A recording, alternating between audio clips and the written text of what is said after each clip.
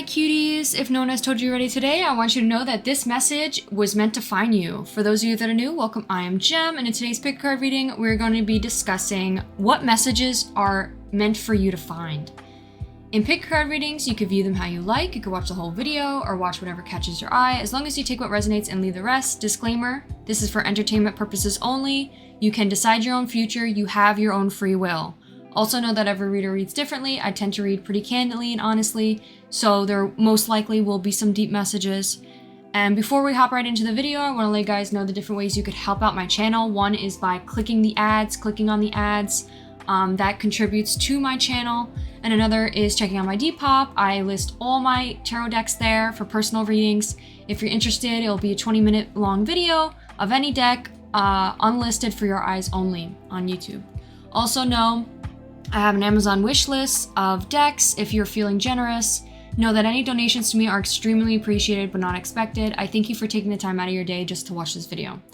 So we have the decks here. Before we get into the decks, I first want to try again and use my ring bowl. I'm gonna try to attempt it. I think I was going the wrong way the last reading. So we're gonna try to do a collective little ring here to cleanse one of our chakras. I don't know which one, to be honest. Do you guys know which one?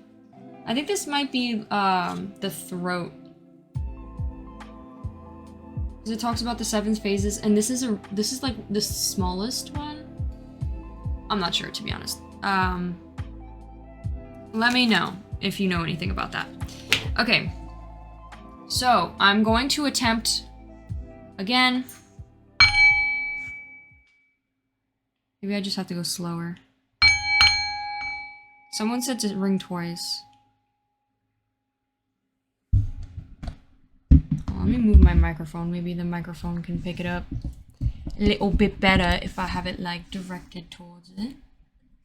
Listen to it. Listen.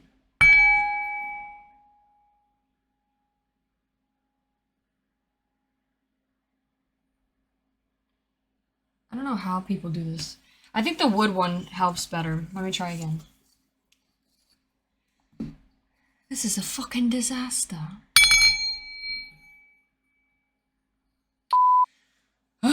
Whatever.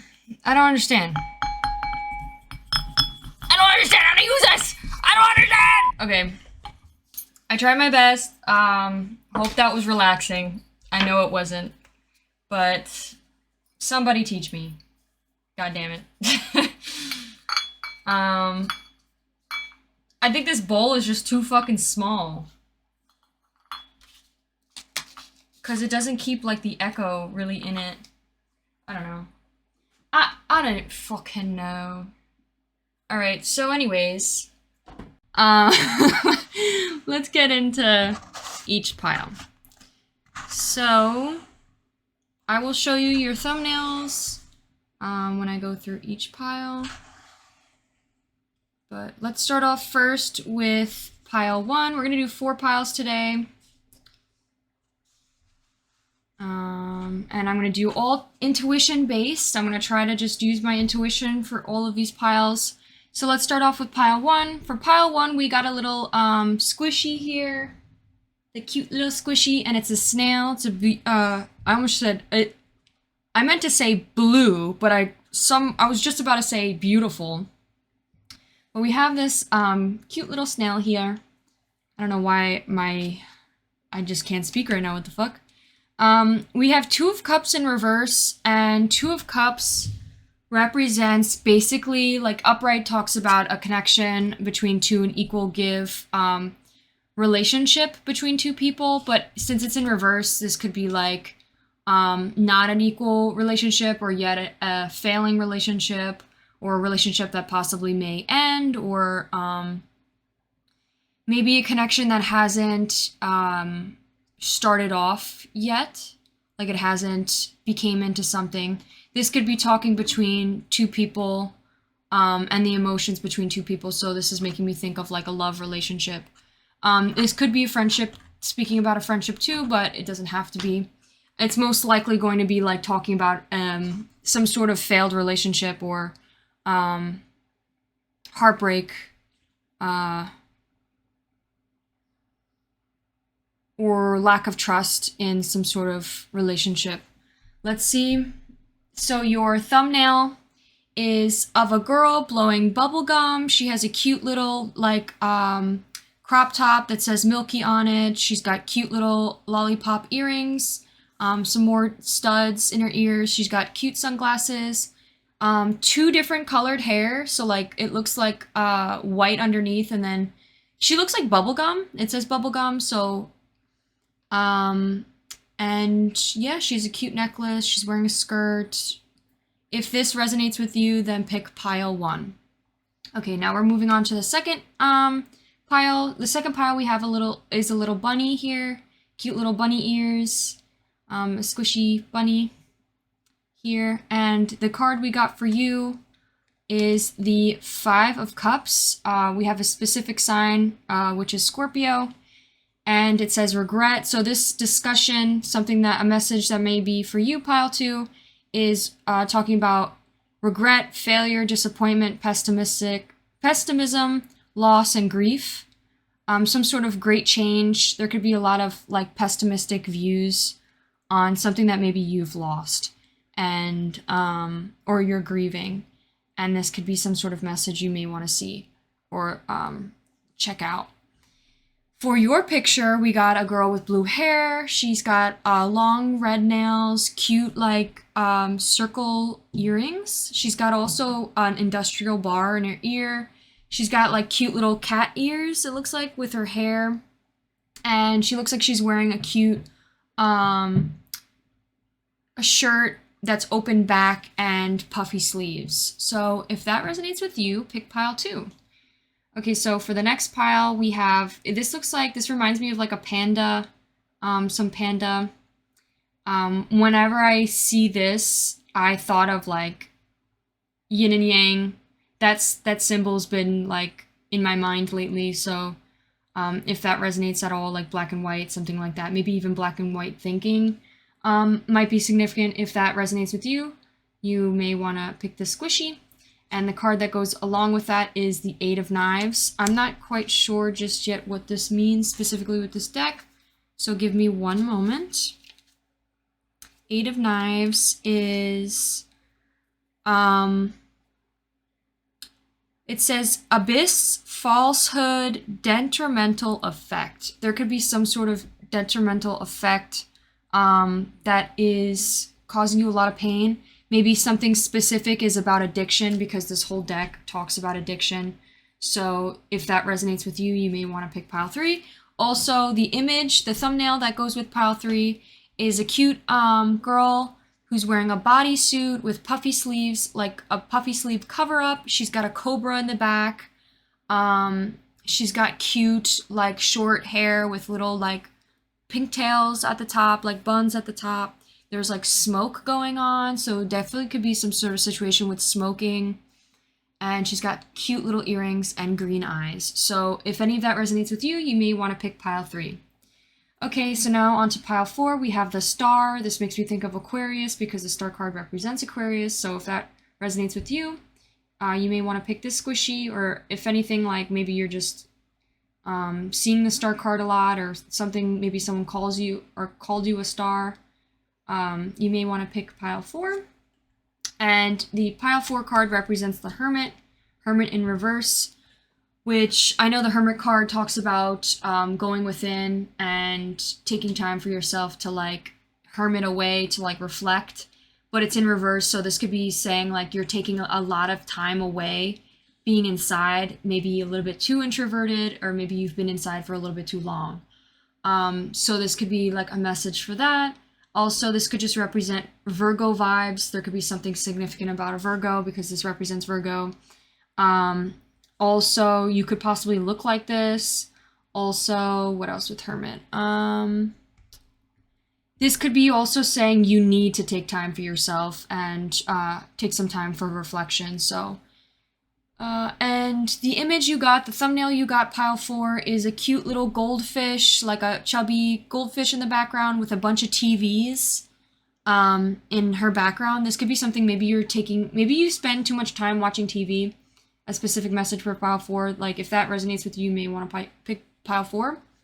You could have long blonde hair, pigtails. Maybe you wear pigtails. There's also like some sort of, she's wearing some cute top lingerie thing. She looks like she's wearing like band-aids on her knees and like her butt. She's wearing shorts. It's a cute little like, she's basically wearing like not much. She also has long socks, sneakers, and cute hoop earrings. So if that resonates with you, you may want to pick pile 4. Okay, let's hop into the reading starting with pile 1. If you chose this thumbnail as well as this snail and the Two of Cups in reverse, this will be your reading on what message is meant to find you. So, we are going to shuffle your tarot, and I already shuffled your oracles off camera. We're going to put this little guy over here. So the first row that we have is going to represent who were you in the past that is significant to this reading, significant to the message that is trying to be said. So 1, 2, 3. We got Two of Cups upright. All right. What in the past have you learned that your spirit guides are proud of? That could be relative to this message. Something in the past that you have learned that they're proud of you for. That might be related to the oracles that we shuffled. We got Queen of Wands. Something you've learned in the past. What is a piece of advice from Spirit? A piece of advice from Spirit. We got 9 of Cups. Who are you in the present?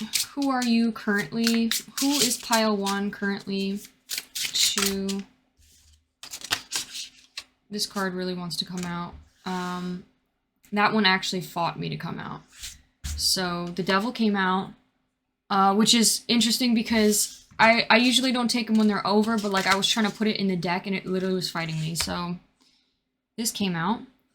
And then lastly, who are you becoming? 1, 2, 3. We got Judgment in reverse came out. And a piece of advice for your future from Spirit. 1, 2, 3. 2 cards came out.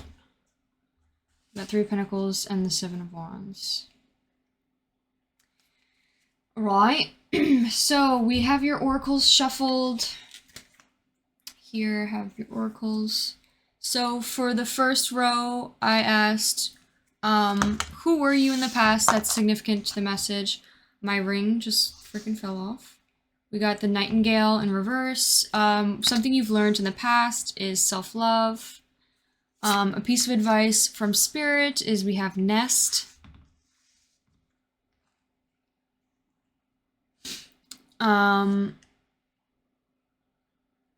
Who are you presently? We have the Priest in reverse.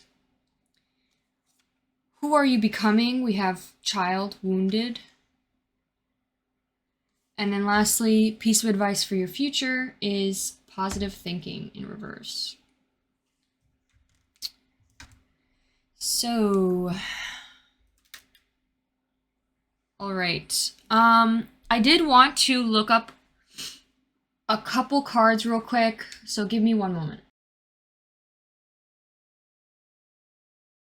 So I forgot to say we got the overall energy of the Orphan, which is a little bit, it's up in reverse. So let's talk about first who you were in the past that's significant to this message. So the Two of Cups, we got upright, which is weird that we got it in reverse for the beginning of your message. You could be currently going through, this could just be a message. I forgot to say in reverse, that could also represent self-love. And since we have the self-love card here, that might be the main message of the story, because a lot of the messages in this reading is talking about you being very critical of yourself, very hard on yourself, very, saying things to yourself that you may not even say, you would never say to a friend. So that could be the message of the Two of Cups when it was in reverse. This whole overall message of the story could be talking about, being nicer to yourself, being kinder to yourself. And obviously it's okay to be sometimes hard on yourself, that's okay. Everything you do is okay, acceptance.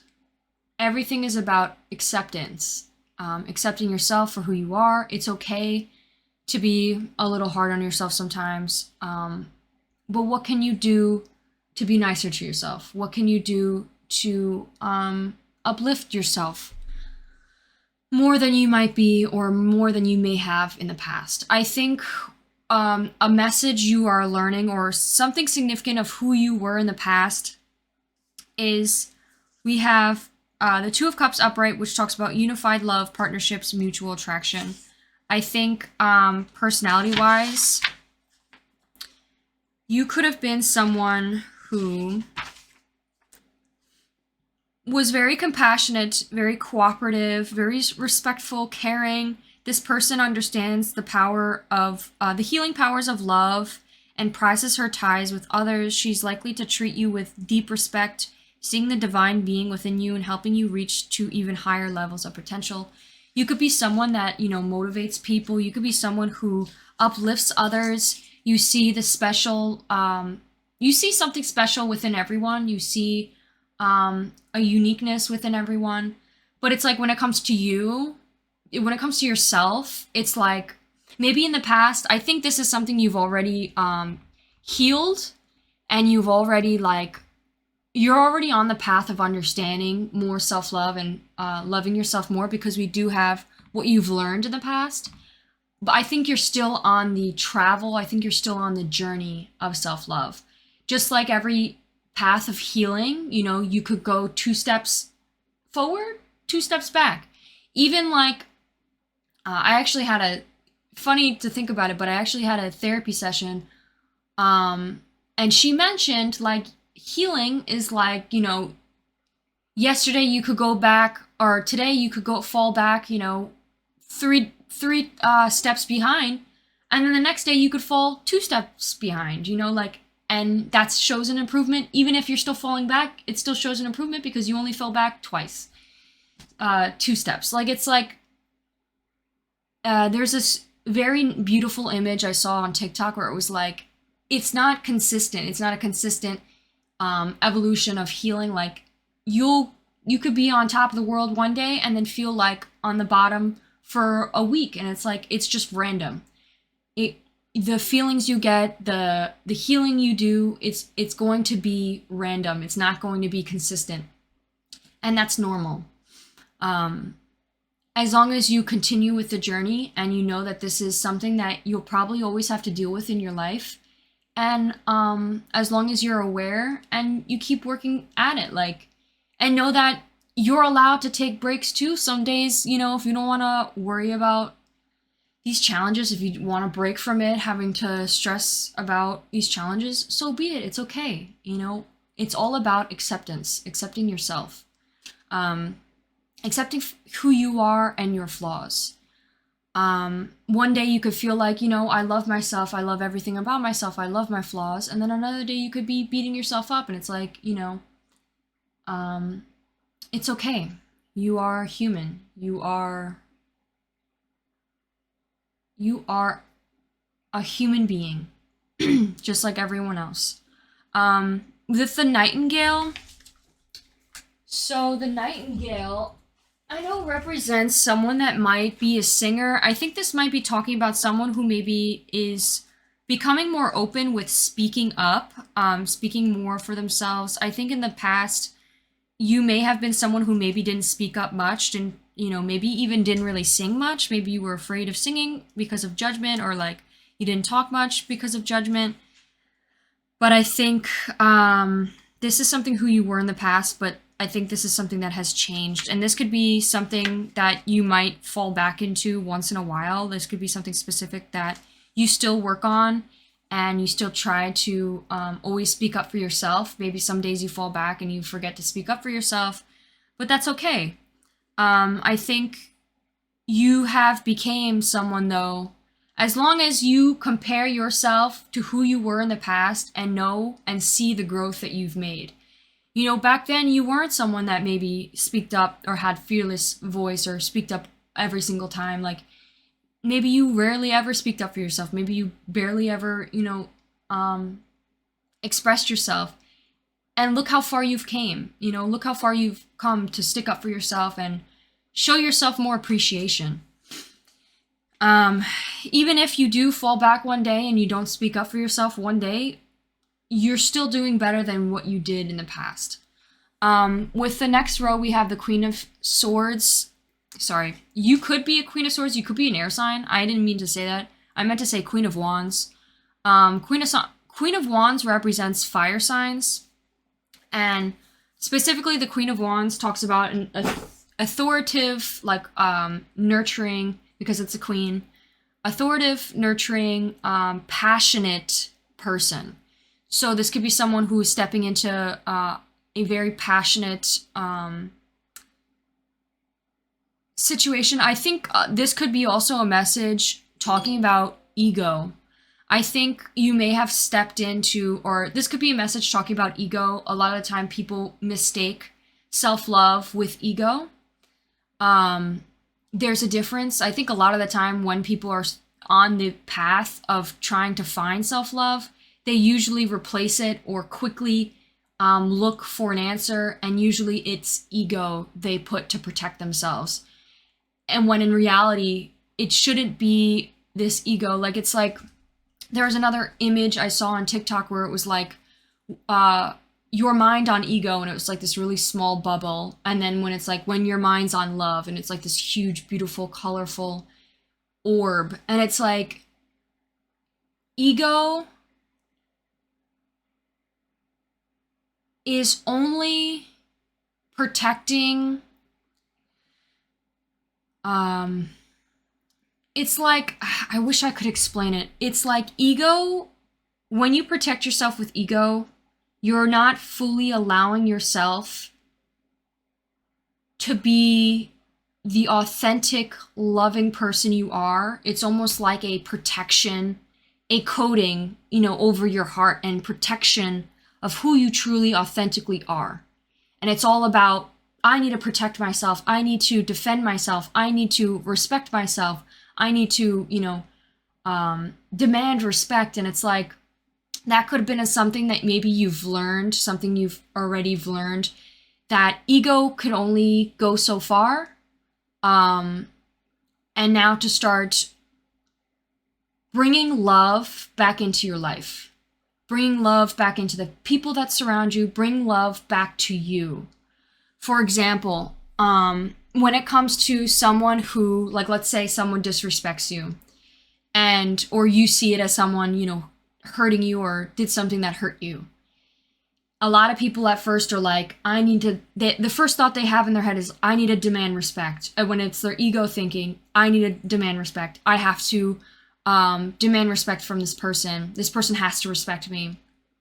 So then it's like they start an argument, or they reach out, and they could be a little bit rude or harmful, or just like negative, mean with their words, and not really considering or looking from a different perspective on why this person may have hurt you in this way. Like, they don't think, like, maybe this person's not thinking the way you are. Maybe they accidentally, didn't realize what they were doing. What if, this person is hurting on the inside, so then that's why they hurt others. It's like bringing some compassion and understanding towards others. Obviously, like, you shouldn't hold back in your voice. but it's like there's a balance between picking and choosing when to pick your fights. When should you speak up, and how can you speak up in a more compassionate, understanding way? So I think could be something that maybe you've already learned or you're in the process of learning. And I think more specifically, it's like this could be something you're already learning to bring more compassion towards others, and know that even if you're vulnerable and open and compassionate for someone and they don't reciprocate, or they don't respect it, or they take advantage of it, that has nothing to do with you and all to do with them. It goes to show that they aren't at the same level of healing or at the same level of maturity as you are. And that has nothing to do with you and all to do with them. But anyways, I think that's something that you're already learning. And I think what you're learning now, and a piece of advice that Spirit is trying to tell you, is start to bring that understanding and compassion back into yourself again. It's time to start being compassionate and loving for yourself, being tender to yourself. Obviously, it's hard to control your thoughts. It's hard to be like, I'm trying to be nice to myself. I'm trying to think nicer thoughts. I'm trying to write, affirmators and being kinder to myself. But sometimes you can't control your thoughts, and that's okay. There's so many ways that you can possibly, things that you could do to possibly help. So, for example, whenever you do think a negative thought, whenever you do have a negative thought, what can you do? Remind yourself again, when you have a negative thought, be aware of it, be like, wait a second, that's not true. And say it out loud.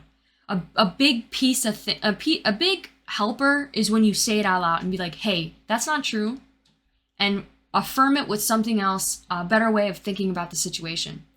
So, for example, when you think a bad thought like, oh, this person doesn't like me, and then you're like, hey, no, that's not true. That's just a limiting belief.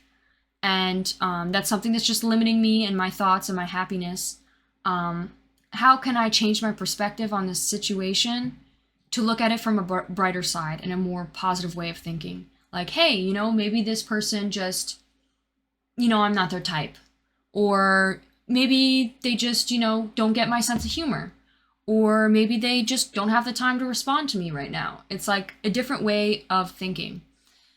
Another thing too is letting things brush off your shoulder too. Like for example, when something upsets you, you'd be like, okay, I'm upset. Allow yourself to be upset. Be like, hey, this upset me, but I'm not going to continue on with this. I'm not going to bring it up to, obviously you could always talk to people and ask for help and discuss things that upset you because you're a human being, but something that could help you drop things and help you let things, brush off your shoulder is really just, literally doing it physically. Like when something bothers you, allow yourself to feel the emotion, the upsetness, the anger, but then after, be like, brush it off your shoulder and be like, hey, I'm not going to continue this discussion or this thought anymore.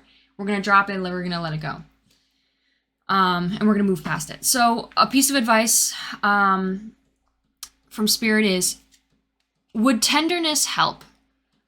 How can you be more tender to yourself? How can you think, how can you be more positive, more nice, more kind, have more tenderness, have more compassion, softness? They literally talk about a deer mouse, and it talks about like a little mouse that, if you literally see this cute little mouse in your hand, and it's like, imagine you're walking in a forest and you see this cute little mouse, and the cute little mouse is cuddling on you, like rubbing against you. It's like, imagine yourself putting it up against your heart and, caring for it and being compassionate to it and treating it like a little pet, or a little something you take care of. And this is like a representation, a symbol of your inner child, loving your inner child, being compassionate towards your inner child, and truly caring for it. We have the Nine of Cups. The Nine of Cups, let me see what the Nine of Cups represents. The Nine of Cups represents inner happiness, content, satisfaction, gratitude, wish come true. I think the tenderness, the spirit guides are literally asking, would being more tender to yourself bringing more tenderness to your inner child. Will this help you become more content, more satisfied, more grateful of yourself, more appreciative of yourself? They're asking you. Maybe that's something that you could write down, think about, reflect on. They're really asking like, hey, like, we want you to be happy.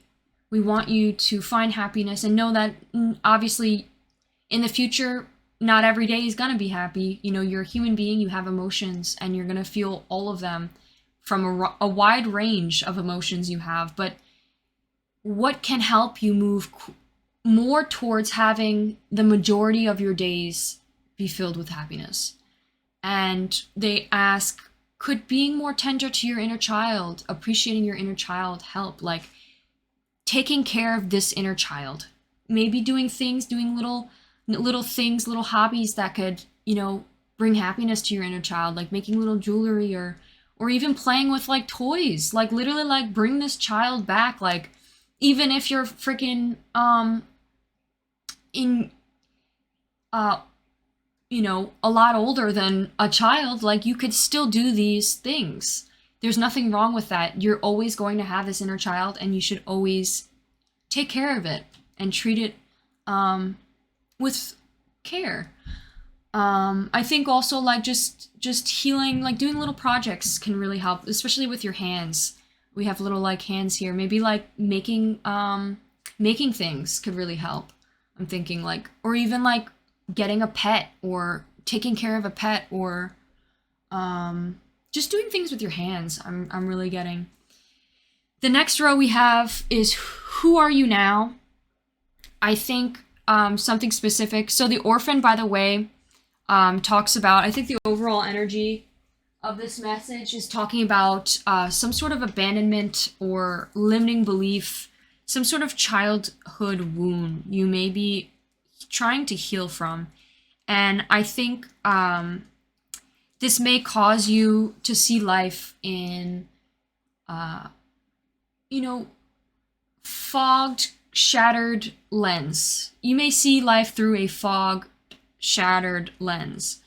You see things more negatively. You see people more negatively. You may contemplate, like really dark, negative messages that may pop up in your head once in a while. It's like the dark side, and like it's out of protection because maybe you've suffered a very dark past or had a very wounded upbringing as a child.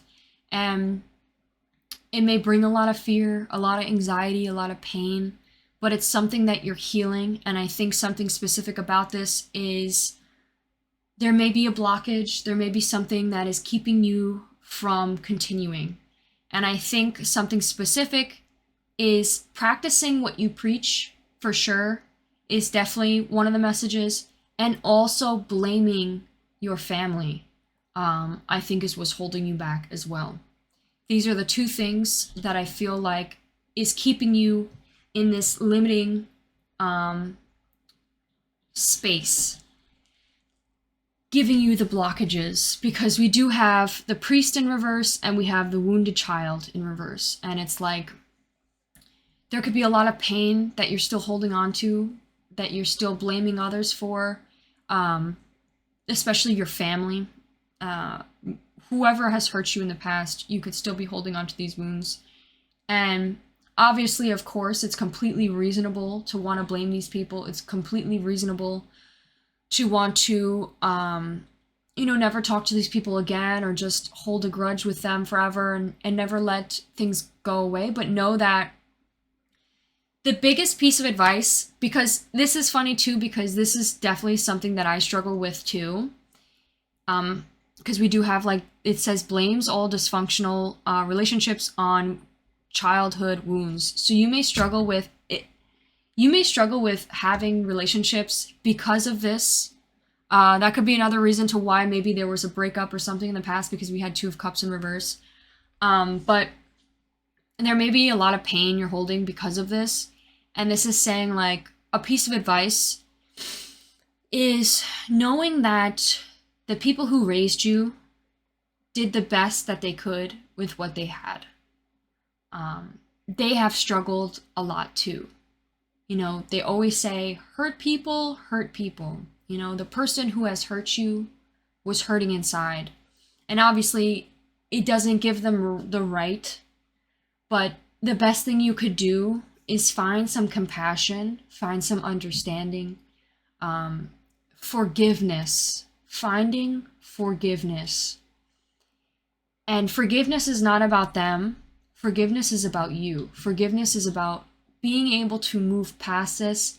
Forgiveness is being able to let go of the burden, release what is holding you back in order for you to continue and grow. And I think something specific is really needing to forgive someone in the past. I think two ways that can help you is writing down how this person has hurt you. Maybe some journal prompts of like writing down who is the person you're blaming, you know, and write down how did they hurt you? How did they cause this pain? Or who are you blaming? And write it down. And then then the last thing is write how can you forgive them? What can you do to forgive them? And know that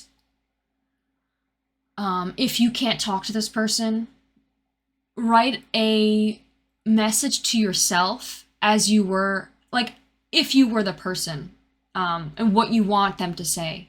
So, like, for example, like, if you want someone to, like, talk to you and, like, reflect on maybe the way that they've hurt you, write down how you would want them to react to you addressing it, or what you would want them to say.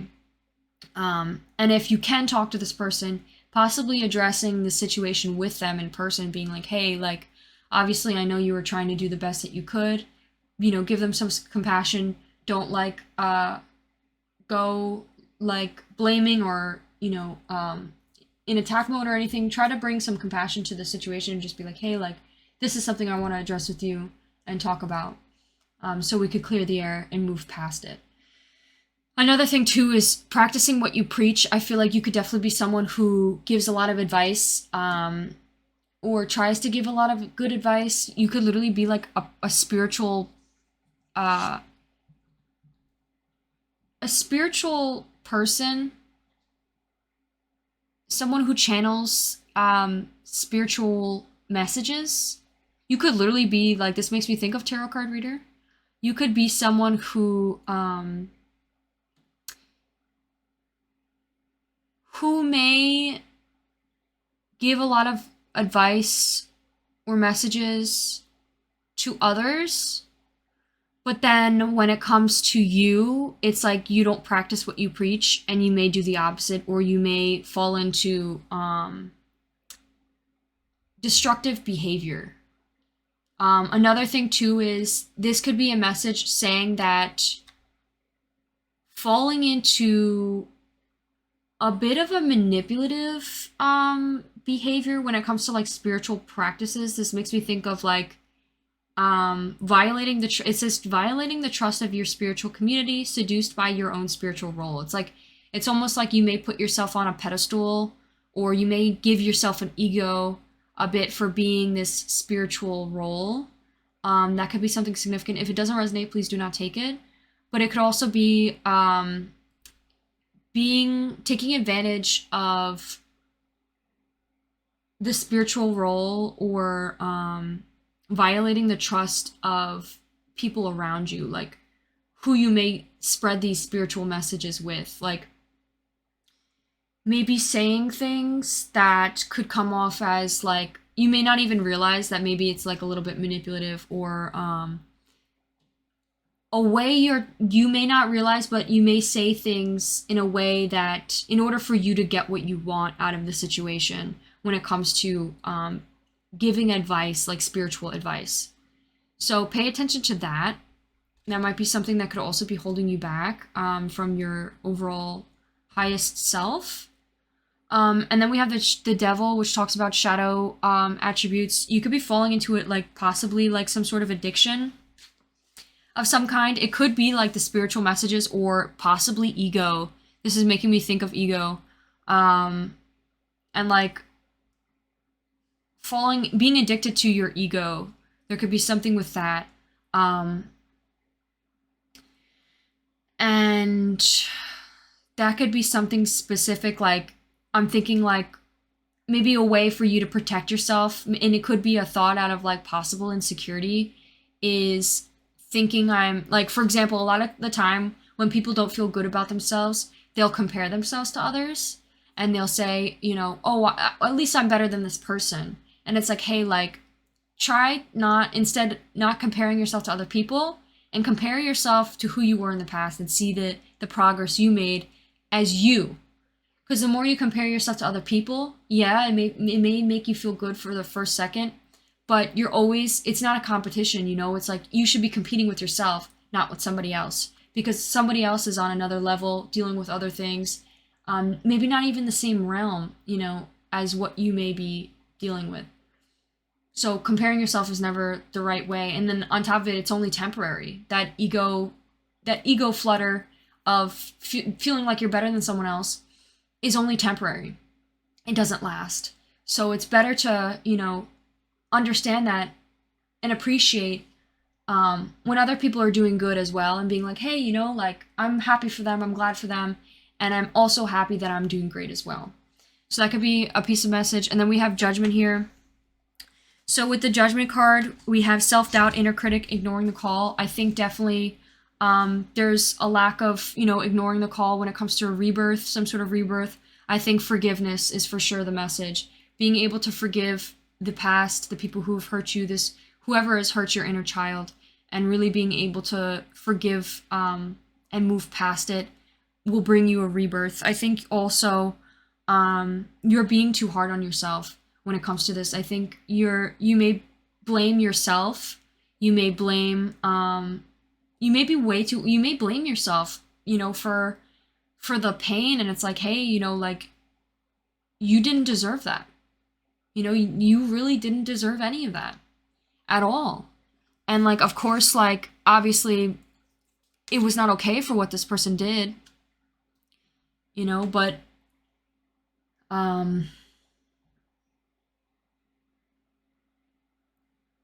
try to bring some understanding and forgiveness. Because like I said, forgiveness is not about them. Forgiveness is for you. And then the last thing, and forgiveness of course is hard. Finding forgiveness for someone is hard. But I think really journaling about it and letting it out can really help. For the Three of Pentacles, and for the piece of advice for the future, your spirit guides are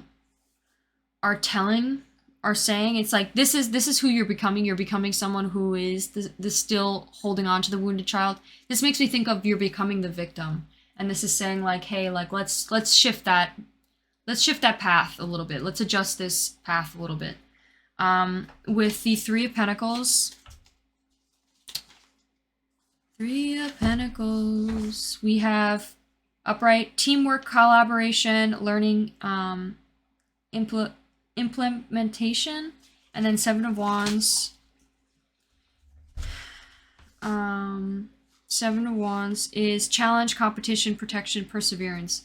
I think the spirit is, you know, really congratulating you and for your efforts. They see the hard work you're putting in. They see you trying your best. They see they're happy for you. They see that you're learning. You're on the process of learning. And they're just encouraging you to keep going. Keep committing to this challenge. And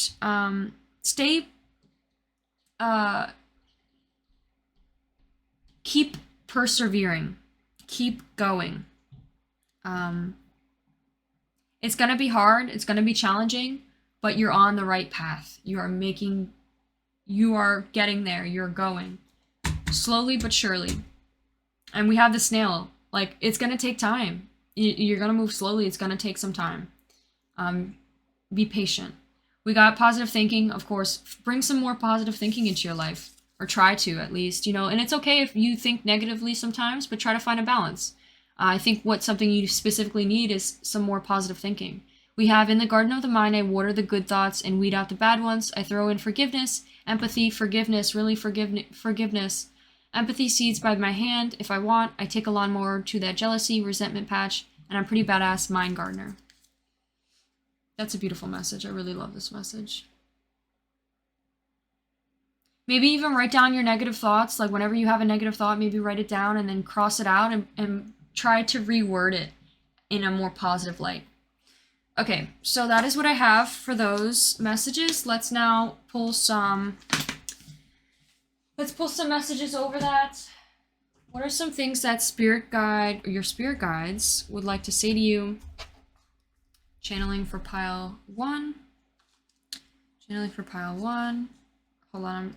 By the way, this deck is not finished. I have some decks that are written in pen, and I have some cards that are written in pen and some written in pencil. I'm going to rewrite the ones that are written in pencil, but just don't acknowledge that for right now. It's a work in progress, you know.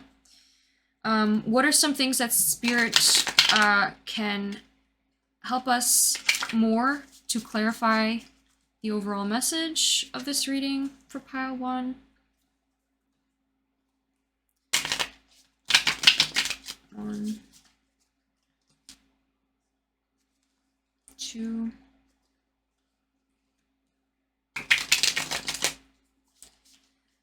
Okay. Channeling for pile 1, channeling for pile 1. Please channel some messages from spirit for pile 1. Okay, so let's see. What are some messages from spirit that could be said to pile 1, 2, 3. I'm lost. You could have been very lost in the past. Someone who, you know, just didn't know the right way to go, didn't really know what your journey was or what the path was. And you could have taken a risk to jump into that. 1, 2, 3. Since we have the 0, this card wanted to come out. We have I am absolutely in love with you. We have the number 2. So I think definitely just being in love with yourself. I think you've grown to love yourself. I think you've grown to be in love with yourself, which is great. I think definitely needing to decipher between ego and genuine, authentic self-love.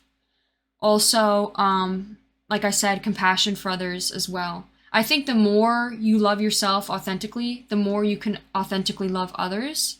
Another thing too is when you are being very critical of yourself, you tend to be very critical of others. And that's, I'm not saying just you, I'm saying in general, everyone's that way. So that could be like a message to pay attention to.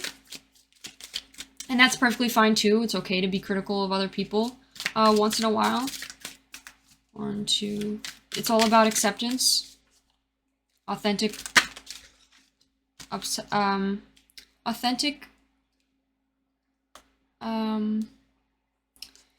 acceptance.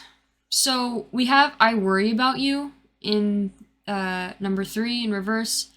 I think your spirit guides, because this is a message, piece of advice from spirit guides, I think they may worry about you. They may worry about the pain you're maybe dealing with right now, the healing process you're going through, and they may worry about you. They may empathize with you. They may, you know, they may hurt when you're hurting. They may, they wish they could help you, and they want to be here to help you. They want to reach out and do whatever they can to let you know that they're here for you. I think something they may worry about is whatever this devil, this shadow thing you're entering. And I think a piece of advice is it's okay to do some shadow work. You could definitely be doing some shadow work right now. And that's okay to have a shadow. Everyone has a shadow side. Everyone has things, you know, whether it's the flaws or just bad thoughts they may have, or just shadow thoughts they may have. I think I keep thinking of like the yin and the yang, and it's like you need to find a balance with both. You have to accept both. You have to accept the shadow side, and figure out what you can work through. What can you, you know, rid yourself of, and how can you fully, authentically love yourself, yet not fully delve into this devil? 1, 2, 3. This cannot be a coincidence. There could be something that could be feeling very coincidental. This cannot be a coincidence. There could be something specific about the thought of spirituality and maybe some shadow thoughts or shadow attributes. Maybe I just thought of like falling into more like too much of obsessing over needing to get to the bottom of things. That could be something like needing to get to the bottom of the coincidences, like needing to, like, instead of trusting the faith, having faith, and not needing to get to the bottom of what, like, for example, your intuition could be telling you something and it's like, and you're like, I need to get to the bottom of this right now. I need to know the truth. I need to get to the bottom of it right now. And it's like, hey, like, can't we just allow this to be, you know, a coincidence, or just have faith that your intuition is telling you what it needs to be. You don't need to get to the bottom of what is the truth right now, you know, like, have faith that your answers will come. That's what I'm feeling that message is. But also, I guess this could be just something specific that you may know that I'm not sure of, whatever, some sort of coincidence with like a priest and the devil. What are some other messages? 2, 3. Gym bro, there could be some sort of gym, going to the gym with someone. There could be some sort of rebirth or awakening with going to the gym. There could be someone that you go to the gym with that going to the gym may help. You may become more of a gym bro in the future. You may find a gym friend in the future. You may also, it could also just be, because this talks about like, who are you becoming? You may be becoming a gym bro. Also, there could be someone that is a gym bro that might, you may blame. You may also like somehow blame yourself or blame others that has something to do with the gym. I'm not really sure. And we also have, you always tell me the truth about my behavior. That could be something specific, is like spirit guides are saying is like, hey, we're always going to tell you the truth. You know, we're always going to be honest with you. Whether you want to hear it or not, we're always going to be honest with you. We're always going to tell you what you need to hear. We're always here to help and be truthful and help you on this journey. It's like the cards don't lie. The cards don't, you know, purposely try to hurt you or upset you. They really just want to be openly honest with you and have communication, direct communication. Even if it's something that upsets you or, you know, triggers you or something, it's like, listen, we're always going to be honest here with you. So yeah, that's what I got for you. I'm going to take some charms, and I know pile 1, this maybe wasn't the best reading. I know it was a little bit rough. But honestly, you're doing great, and I feel like that could just be me focusing, like, that could just be something maybe I'm getting from you too, from this reading, is like just focusing on the bad things. Like, what about the good? You know, what about the good messages that were expressed in this reading? You know, like, they're proud of you. You're doing great. You're doing fantastic. It's a work in progress. It's gonna take time. It's okay. Like, deep breath in and a deep breath out, you know, like, and even after this reading, like, hey, like, I think you should go, like, make yourself some tea, snuggle up in a comfortable blanket. Even, you know, find a way to give yourself a massage, or just like really just relax yourself. You know, treat yourself. Literally, you know, do some skincare, or grab yourself a snack and watch your favorite movie, or watch, you know, treat yourself. Like just, or maybe even play a game. Bring some inner child love to yourself. Um, like I said, do some things with your hands, or do something, you know, like make little toys, or buy a little toy, or, you know, take care of this inner child. You're on the process of healing your inner child, and you're on the process of loving and becoming the person who you want to become, you know? And I like want to cry too, just in this reading. It's honestly a really beautiful reading. I'm really happy for you, Pile 1. You're doing great. Okay, so we got some words here. And let's get some charms.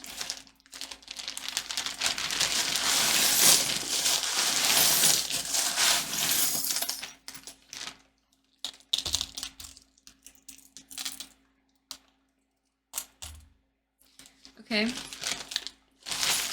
So we have, there could be an ex that is also absolutely in love with you, by the way. We have PC. This could be initials, or like a computer, something computer is related. We have an elephant. The elephant makes me think of I never forget, like elephants never forget. Your spirit guides might remember every single thing about you, and they're like, hey, like I've been here with you through thick and thin, and I know you're going through a rough time, but I know you'll get through it. I think it's like they're a little bit worried about you, but they know that you are going to make it through, and you're going to get through it. We have little tennis rackets here. There could be something significant about tennis. We have the F word here. I'm not going to say that out loud. Because I'm not trying to get demonetized. But we have a little tiger. Tigers could be significant. You could have been a tiger in the past. If you want, you could look up what the tiger represents in the animal spirit deck, because that's significant. We have exit. You may have exited this lost, whatever made you feel lost in the past. We have, can you open up? We have jump rope. There could have been something significant about the past in jump rope. You could be jumping a rope now, or like there's some sort of jump rope situation. We have genuine joke. There could have been a genuine joke, or life could have felt like a joke in the past. We have immune. We have camera, something camera specific, some sort of camera. We have environment, something specific about your environment. We have also, I think this is Pluto. The planet Pluto could be significant. Something like this is supposed to represent your past, so all of this could represent your past. We have 5 represents change. So I think your spirit guides are definitely giving a piece of advice about change and how to continue forward. We have jumpstart. There could be some sort of jumpstart. I don't know what the F word here is about. There could be something specific. Not sure. We have M or W here with the devil. We have editor. There could be something specific about an editor. We also have deep. This message could have been very deep. And it's like we need to get deep here. We have L here. This could be initials of maybe someone you'll meet that will become your gym bro. An L name. We also have extinguish. Maybe extinguish the victim mentality, or blaming others. And then we have abnormal. It could be something just maybe feeling weird or feeling out of place, possibly at the gym. And it's saying like, hey, like that's only in your mind. Like you're perfectly okay. You're perfectly normal. You know, like you're just like everyone else. You're a human being. And just know that those are thoughts that are in your head, not in reality. We have VR as well. That could be something significant in the future. We also have like a little butterfly in the future, enchanted, or enchant in the future. Okay, thank you so much, Pile 1. I hope you enjoyed. If you did, please give this video a like and consider subscribing. And I'll see you in one of my next ones. Bye! Hello, my beautiful Pile 2s. If you chose this bunny, as well as this tarot card, the Five of Cups, and this thumbnail, this will be your reading on what message is meant to find you. So we got this little bunny here. We're going to put the bunny on a corner here. We're going to shuffle your tarot. I've already cleansed this deck to channel for you, Pile 2, so we're just going to start shuffling. First question, first row is who you were that is significant to this message in the past. Who were you in the past that is significant to the overall message? We have Aries, 3 of Wands in reverse. What did you learn in the past? What did you learn in the past? 1, 2, 3. We have 6 of Swords. What piece of advice can Spirit give you in the present day? What piece of advice can Spirit give you in the present day? We have 8 of Cups. I keep seeing going, moving on, leaving something behind. So far is what I'm getting from the cards, because the 2 people are like walking away. Who are you in the present? Please give us a card that represents who Pile 2 is in the present. Please give us a card that represents who Pile 2 is in the present. 1, 2. Okay, yep, we got that card again. So 5 of Cups. I think it's like you could be currently looking at regret, failure, disappointment, some sort of pessimism, the loss and a grief of something. And there could be a situation of moving forward. I will get more clarity once I pull more cards, but that's what I'm seeing so far. Who are you becoming? We have Judgment, Rebirth, Inner Calling, a new phase, Absolution, Redemption, and a piece of advice for the future from Spirit. 1, 2 for Pile 2. 3. We got the Hermit in reverse. You may want to check out Pile 4, I think. Yeah, Pile 4 had the reverse Hermit as well. So this could be representing who you'll be in the future, because this says a piece of advice for the future from Spirit. If it's only one card, it may not be you may not want to check out Pile 4, but just because we got the reverse Hermit twice like that, I felt like it's significant. Okay, so let's now pull out your Oracle cards. So we got 2 cards that represent who you were in the past that's significant to this message. So we got the Swan and the Earthworm. We got the Swan in reverse and the Earthworm upright. Next, we got something you've learned in the past is the Creator. I'm not really sure what this message is, but we are going to pull another card for that. We got a piece of advice from Spirit to give you now in the present day is how can I safeguard what is sacred to me? Protection. We got the Meadow Lark. Let's put this bunny over here. Next, we got another 2. So definitely the number 2 could be significant to you because there could be like a situation where you have 2 people like inside you. And it could be like, when it comes to psychology, they talk a lot about like, you have the id, the ego, the superego. There could be a situation where it's like you have the id and you have the ego. And it's like there's 2 different people inside you. It's like one shadow, one higher self or something. That could be something. This could also just be like, you know how like Geminis are like 2 people They talk about like that could be something. I'm not really sure exactly. I'm just getting like two people type thing. There could be like twins. I just thought of some sort of like twins. If that doesn't resonate, please ignore it. But it just like popped up. And then we have pioneer of who you are becoming in the shadow attribute. There could be like one little adjustment. That could be what that's talking about.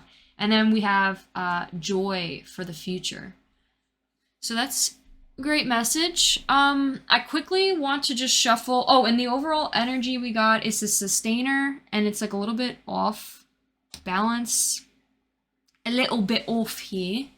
And then I want to shuffle one more card. Please help us understand what the creator means. What do you mean by the creator in reverse? Please give us another card to represent the creator. 2. We got generosity. I kept seeing this card, so I definitely think generosity is significant. Okay.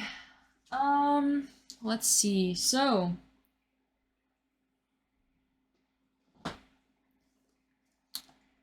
we got the swan.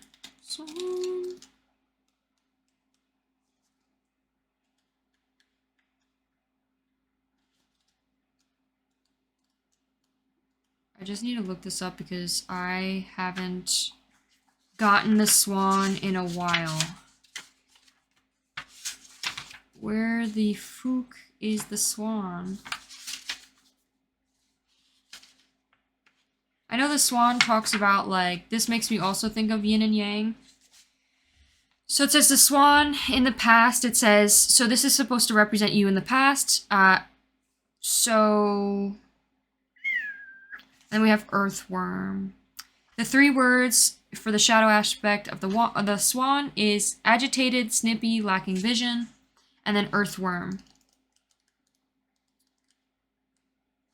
is shy, hesitant, reluctant to share inner vision, earnest, intelligent, valuable.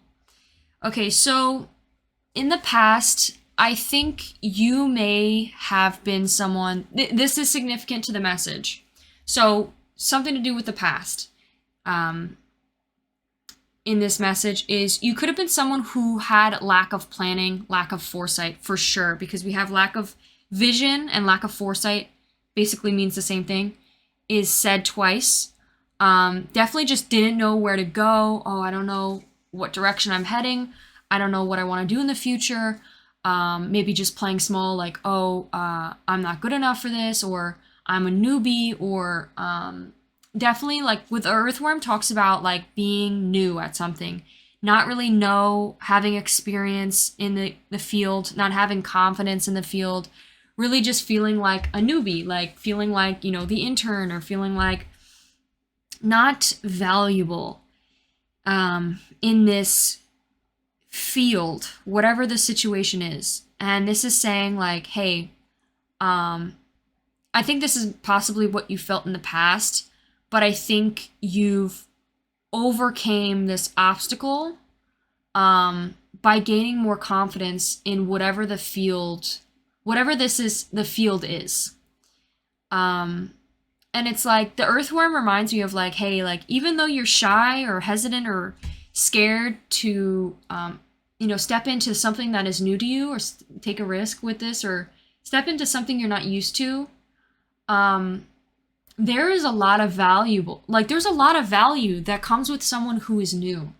You bring in a new insight to new ideas. You bring in this, youthful, bright inspiration to things. You bring a new pair of eyes on projects and on, to this field.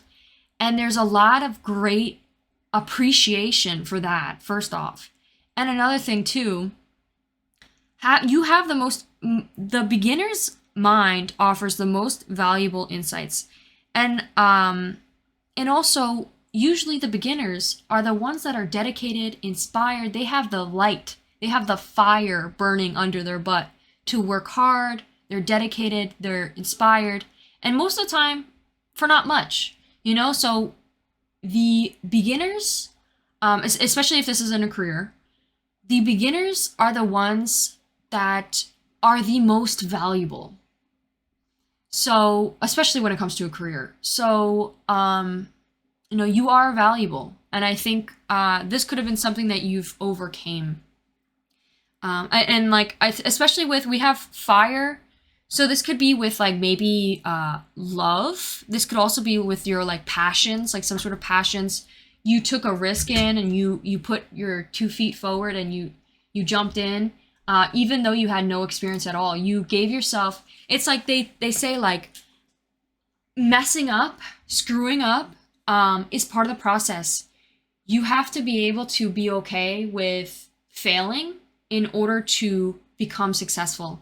You have to be able to be comfortable with messing up, with, looking stupid or asking stupid questions. It's like, that's okay. Questions are good. Like, that's how you learn, like people who, the stupid ones are the people who don't ask questions because they will never find out and they will never know because they're too scared to ask a freaking question. It's like you are someone who can take a risk. And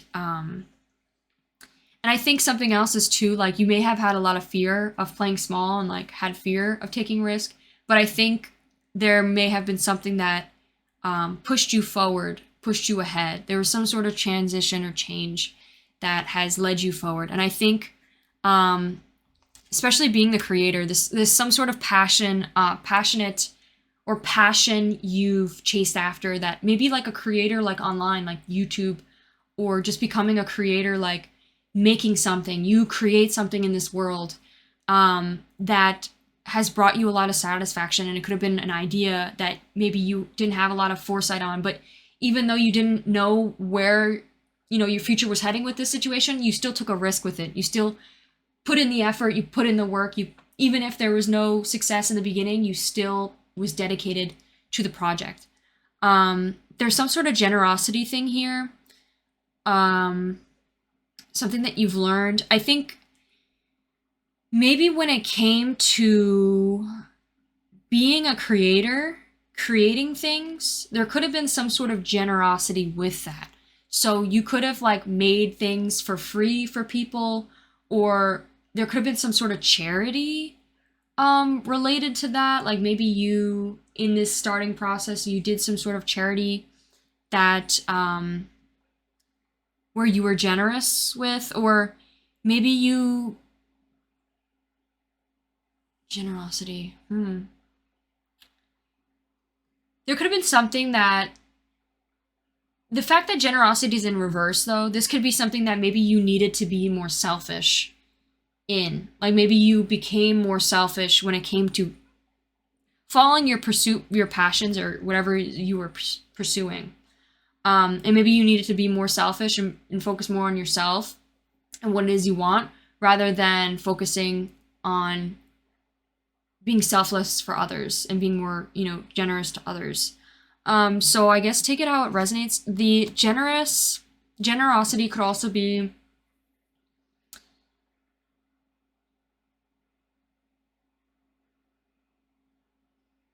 generosity.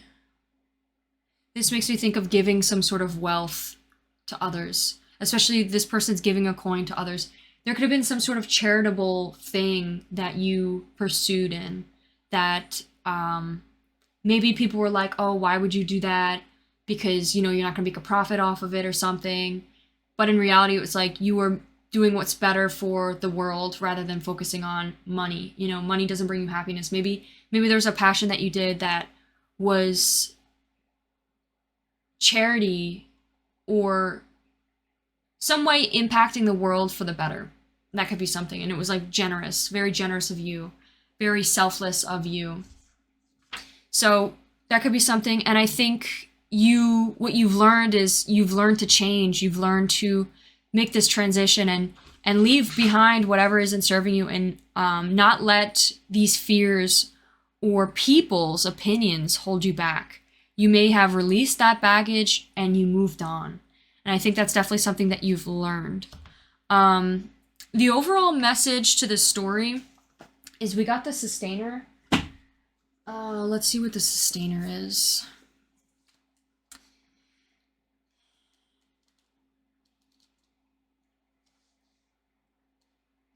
So the sustainer is the peacemaker, the upholder, the preserver. It's a little bit off balance, so overworked, resentful, trapped, tired, and when in light, abundant, generous, supportive, reliable. Okay, and like you're very close to being upright, so I think it's like there could be some just a little off balance here. You could do something with clay. Maybe you make like pottery, because it looks like they're forming some sort of clay thing. You may maybe like make bowls or plates or something of that. A piece of advice so far for your present day that Spirit would like to say to you is, what can you, it says, how can I safeguard what is sacred to me? How can you protect whatever is sacred to you? And then above that we have disappointment, abandonment, withdrawal, escapism, walking away, leaving behind.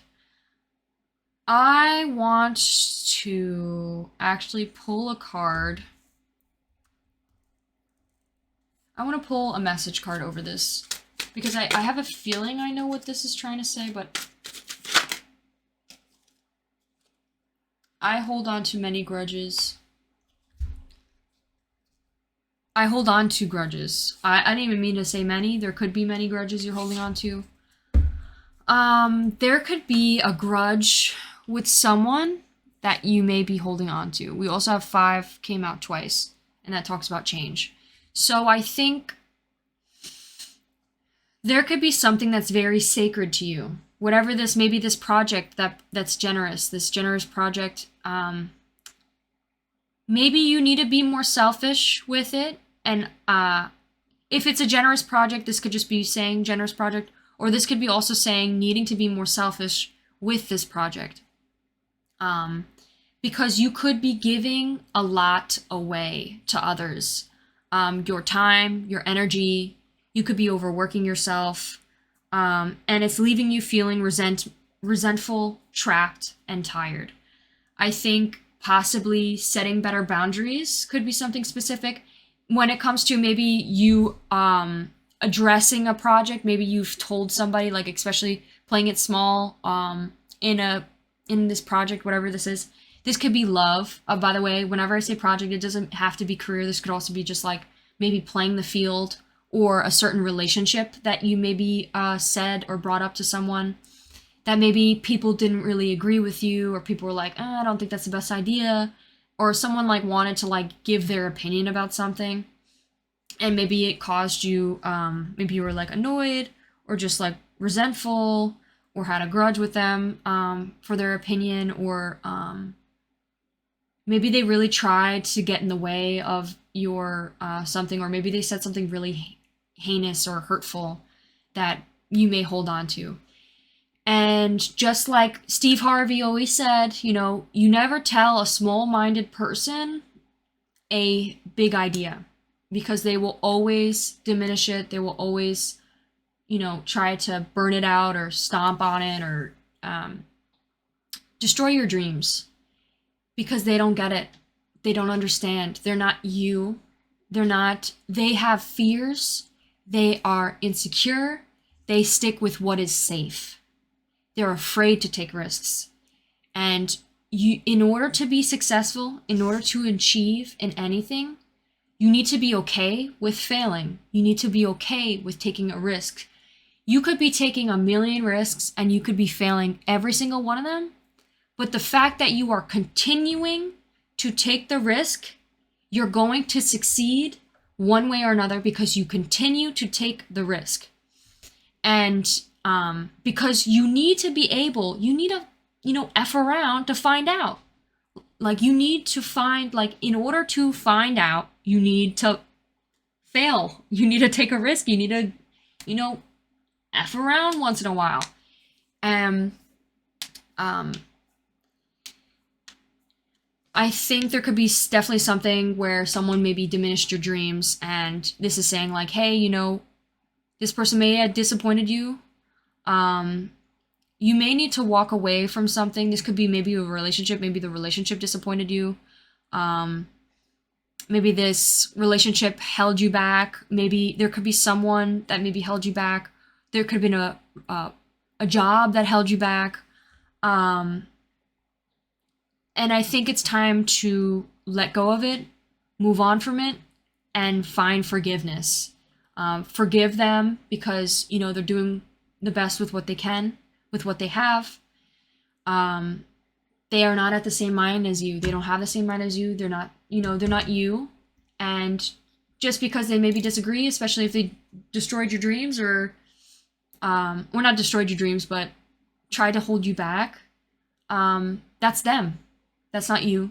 You know, stay dedicated to you, know what's best for you, and they'll know what's best for them. They aren't you. And I think there's definitely a grudge that maybe needs to be released. And that could be something specific is, how can you keep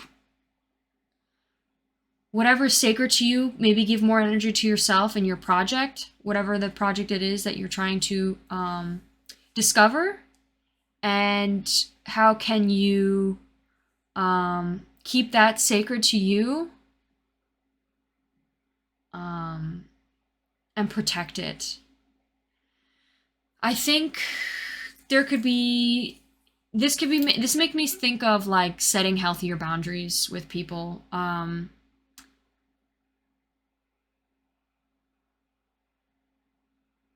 I don't think this is saying like, oh, don't be vulnerable or don't tell people your dreams ever. Like, I think you should still be able to be yourself, be honest with yourself, and be able to really show your authentic self to no matter who it is. But maybe there's something sacred to you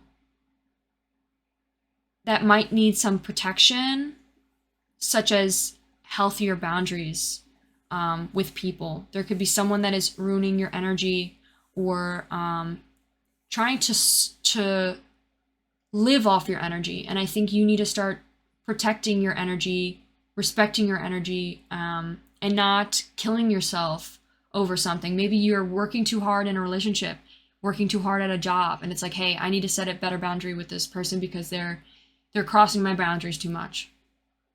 That may be leaving you holding grudges because you're not allowing yourself to set healthy boundaries with this person.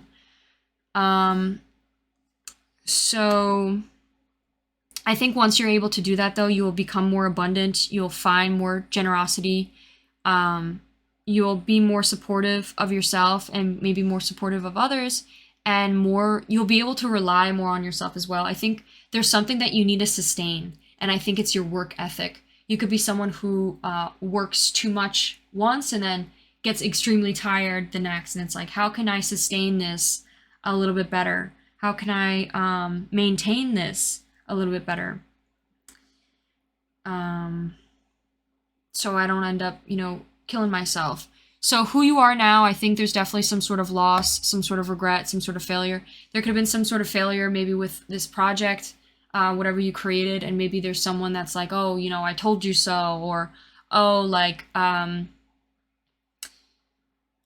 listen to them. They're just, being negative Nancy and trying to act like they're always right. They don't know everything. They didn't know, and don't let their negativeness tear you down. One thing too is whatever it is that you lost, whatever it is that you're pessimistic about, like, hey, it's a failure, yes. This one failed, yes. But know that there's something better for you coming.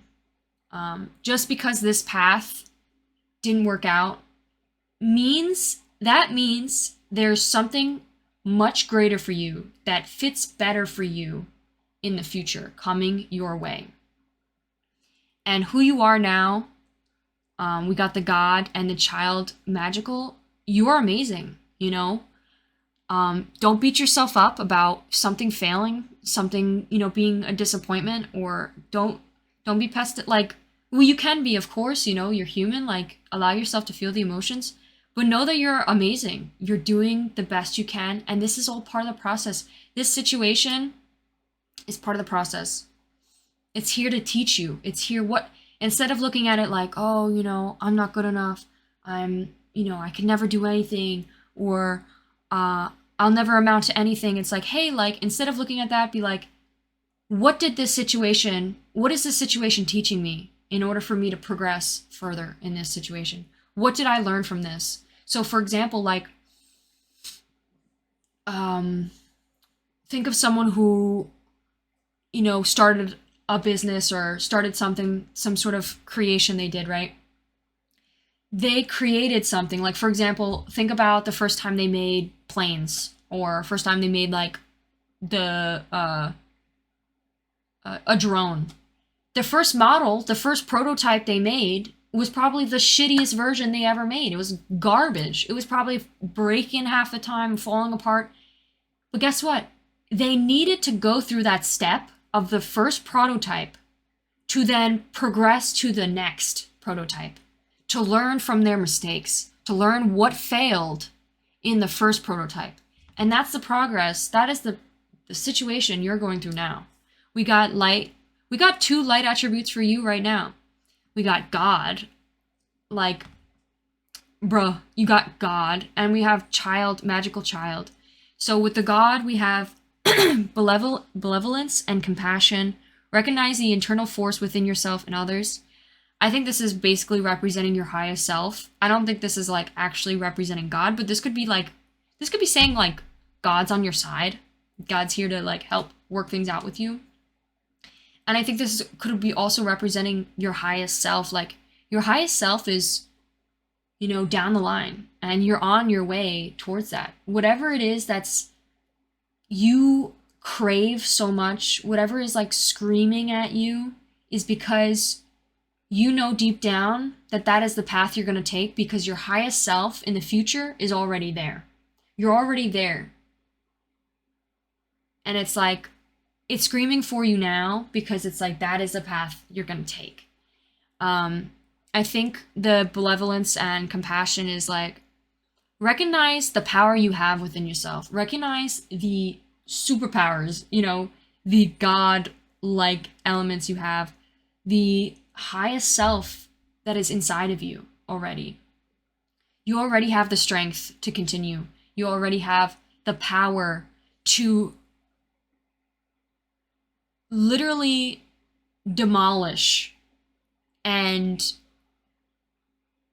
conquer whatever this dream you have.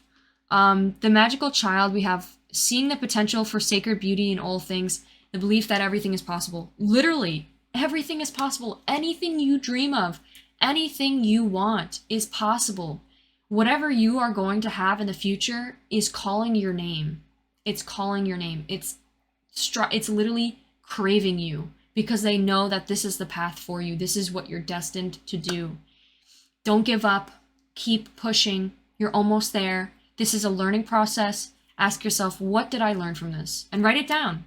Literally jot points that you could always go back to and be like, hey, and so you don't forget. Be like, this is what I learned from this situation. The first failure I've experienced. So who you're becoming, we got judgment. You're gonna face a rebirth. There's an inner calling. Like I said, calling your name. There's something calling your name. Your highest self here is literally calling your name on this instrument. It's like, hey, freaking come this way. We got like food. We got food in the lobby. Like come at this time. I don't know what I'm saying, but it's literally calling your name. There's a new phase, a new opening, a new opportunity coming your way. And don't give up. Keep pushing.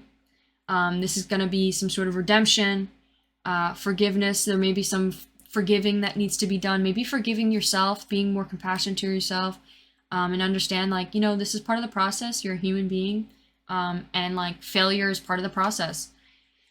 We also have compulsive need to keep moving on. There may be a situation where maybe you need to take a break from this constant change. Maybe you've been going through a lot of constant change, and maybe it's been feeling very whenever I think of the fire sign, very impulsive, very fast, quick acting. It's like you're kind of like in an unstable situation, which is great because you learn how to be comfortable with the uncomfortable. But maybe this is telling you to take a step back for right now. Give yourself the time to heal and really sit in this, you know, and really like allow yourself to feel these emotions. Sit with it and find some sort of stability within yourself. Maybe find a routine that you could sustain, you know, like find some sort of structure. Build yourself a healthy foundation that you can easily achieve so you don't burn yourself out so quickly. And that could be something specific. So for the future, some sort of future advice, I think this is asking you to really withdraw, walk away from something, give yourself the time to turn inwards, reflect, journal, focus on heal from whatever situation, reflect on this situation, allow yourself to heal, process what happened. You may need to like resign or just give yourself some time to like be by yourself and sit with yourself and maybe meditate or journal or relax. Seriously relax. Like give yourself the time to relax and mentally relax too. Like write down, spend like an hour or two writing down everything that's in your mind. So then your mind is just empty and you could really relax. And the other thing is too is like finding inner joy, you know, like finding the inner joy of life and appreciating life for its ups and downs and really finding joy in things and not letting these, you know, these failures really tear you down because like I said, it's part of the process, you know. It says to enjoy something, I simply need to add joy to it. Joy is like the butter. What joy can you find out of the situation? I can put it on anything. It'll make it way better today. What can you put butter on this? You know, like put some butter on this. I could put it on anything and it'll make it way better. Today I will add joy to everything. Really slather it on there. Today I'm Ordville Red, the popcorn brand of joy. Life is popcorn is about to get it. Life's popcorn is about to get it. I cannot read. So that could be something for a piece of advice from your spirits for the future. Okay, so let's now pull your messages. What are some messages that Spirit can give you? By the way, this deck is unfinished. I'm still working on it. It's a work in progress. So when you see some messages that are written in pencil, just ignore those. I mean, well, don't ignore them, but just ignore the aesthetic of them. 1. What are some messages Spirit would like to say to you? 2. For pile 2. 3. I'm not ready to commit. There could be a relationship that is saying like someone's not ready for commitment, or it could be not ready to commit to a job. And that could be something significant. And like specifically the number 4 represents structure, stability. There could be something like a job or a relationship that wasn't bringing you stability or structure, and maybe it was very like back and forth, like not stable. This could also be saying like maybe there was too much stability in that it was like you weren't moving any further, and it was saying like we had to take you apart from that in order for you to move further. And maybe finding more stability within yourself rather than whatever else was you were relying on for stability. 1. Oh, Jesus Lord. Okay, I definitely think this might be a relationship situation. We have I'm so sorry, or I'm sorry, reflection. You could be feeling sorry, or another person could be feeling sorry. Maybe they just weren't ready to commit to you. We have Aquarius. They could be an Aquarius. They could also be a Pisces. And we have Aries. So those could be one of the signs. We also have Scorpio, Pluto. Scorpio in... Is that Pluto? I think Scorpio and Pluto. And then we have Virgo. So those could be some sort of significant signs. 1, 2, You could be holding a grudge with this person for hurting you, or it could be the other way around. Maybe you're holding a grudge with yourself for hurting someone else, or not being ready to commit to that person. It's like, hey, like, it's okay, you know, you're a human being. And also, if it was the other person who hurt you and you're the one holding grudges, how can you look on this situation in order to forgive? Obviously, like, give yourself the time to mourn and feel this pain and the anger and whatever, the sadness, the upsetness. But what can you do to, you know, move past this grudge? 1, 2, 3. I can't let you go. You could be really holding on to someone and it's saying like, you don't want to let them go, or they don't want to let you go. And I think the message that, you know, maybe it's not forever. Maybe you won't let them go forever. Maybe they'll come back into your life once they're ready and once you're ready to be together, you know? Sometimes life works in mysterious ways, and I think what's best for you right now and what's best for them right now is to let go and release. I mean, obviously, it depends on you whether you could be friends with this person or not, but I think what's best for the both of you is space and time apart. Walking away from the situation for now and working on yourself, then working on them, and focusing on yourself for right now. You need to focus on the present and not the future or what the future holds, because you never know what the future holds and you cannot predict the future. So you never know if this person may come back into your life in the future. But what you do know now is there was a situation where it needed to be walked away from. 1, 2, 3. Oh, we also have, please call me. This person may want to talk to you right now. There might be a situation where I think give some time and like allow yourself to heal. You may end up talking to this person over the phone, or listen, I'm not predicting your future right now. If it's up to you. Do you want to talk to this person? Do you not want to talk to this person? This person may want to talk to you right now. They may try to want to fix things or heal things, but you know what your answer is and what's best for you.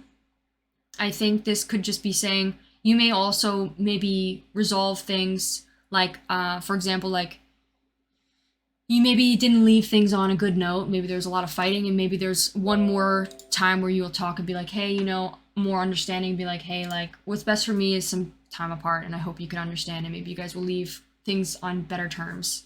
Leave things off on better terms.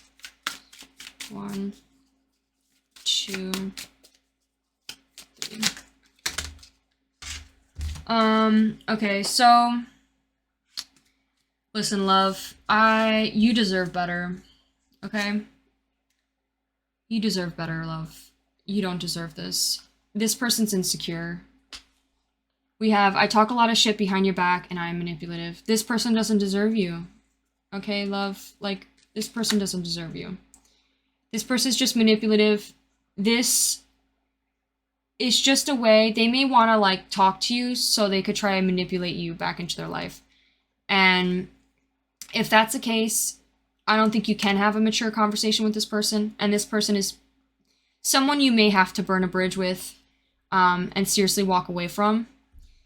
We also have on the back of the deck, I don't have enough money. This person might be someone who's manipulative when it comes to wealth as well, and try to like make you feel bad for them because they don't have enough money. And you may be really generous with them with your money. And it's like, no more. No more. Okay, I hope this helps, love. And, you know, I love you. You're doing amazing. Don't let this person affect your energy, you know? Like, obviously they're gonna, you know, and that's okay. Like, allow yourself to mourn.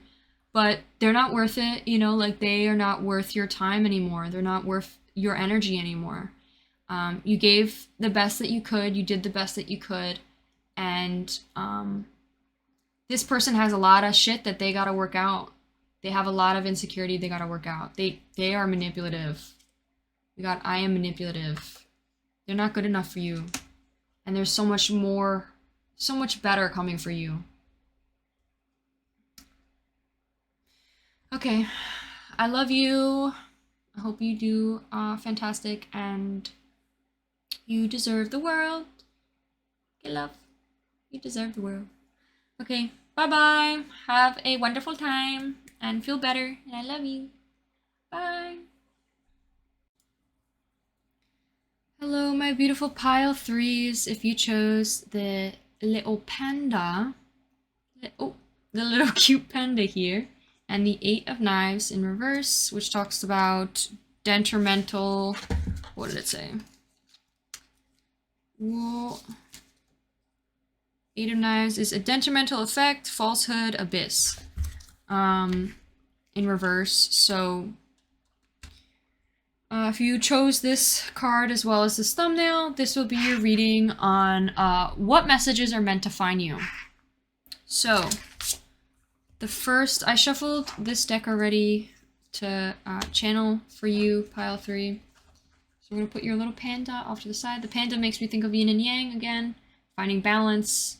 Also, you know, working between the light attributes and the shadow attributes within yourself, and being able to balance both of them equally. So that's what yin and yang makes me think of. So let's see. The first row we're gonna ask, Spirit, is who you were in the past that is significant to the overall message. By the way, the overall message we got, the overall energy of the message is the gem. It's a little bit off, a little bit, it's in reverse. So it makes me think of time. Like, this makes me think of a clock. Like, it's like ticking, like do until it's like upright. So this makes me think of like being patient for you becoming this, you know, like the gem is hardening right now. It's being put under a lot of pressure. It's being compressed into this beautiful gem.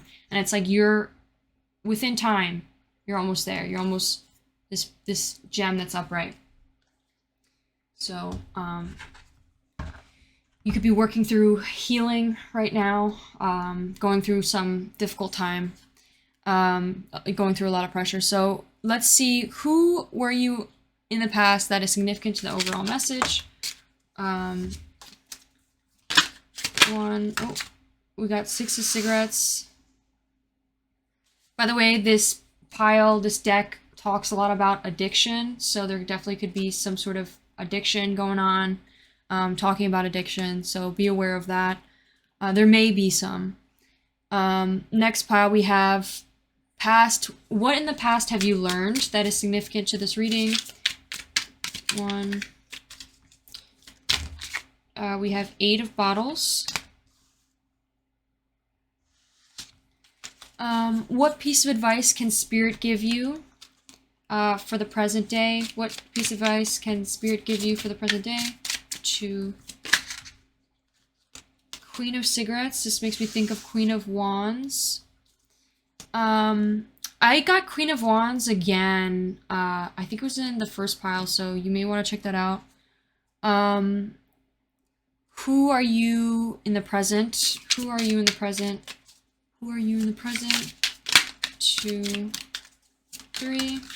We got 4 of Knives, so 4 of Swords. I think that this makes me think of rest. I think that's like the rest card. Who are you becoming? We got Queen of Pills, which is Queen of Pentacles in reverse. And a piece of advice for the future from Spirit. We have Queen of Knives. You have a lot of queens here. So, yeah, you got pretty strong energy, especially feminine energy. You could be delving into a lot of feminine energy right now, my beautiful pile 3. So we also have, I want to split this because the cards are pretty small and they fit a lot of the page. So I'm gonna, I don't know why these cards are kind of dark, and I want you to light up, please. Can you put some light on that? Please, can you brighten your bitch ass up? Whatever. It's fine, I guess.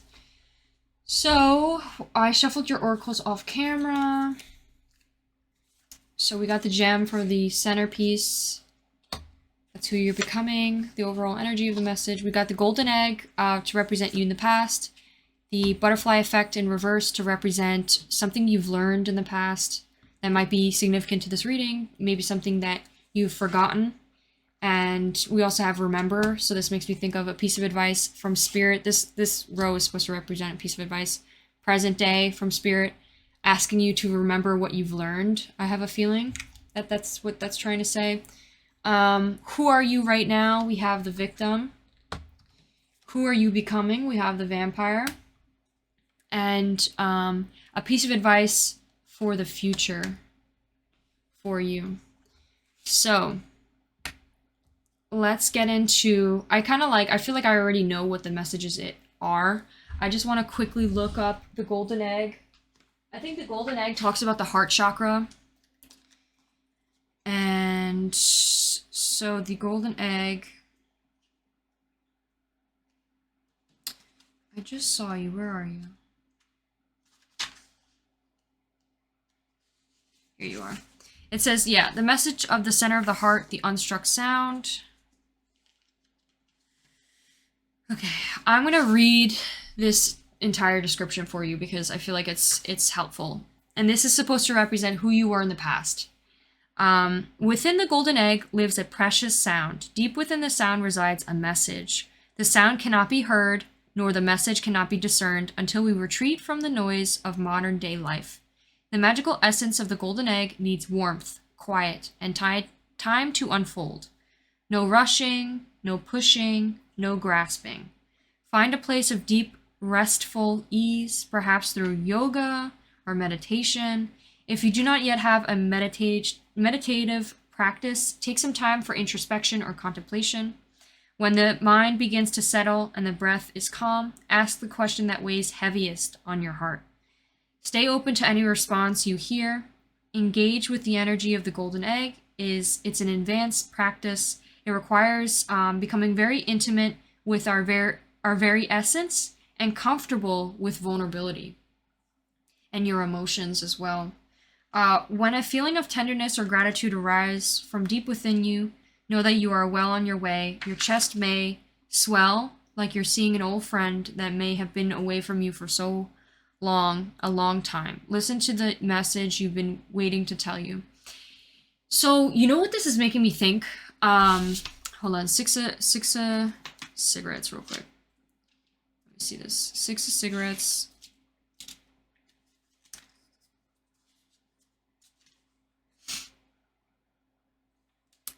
It's in reverse is disclosure.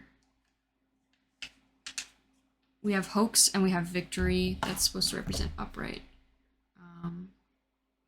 What does disclosure mean? I think disclosure is like being open and honest.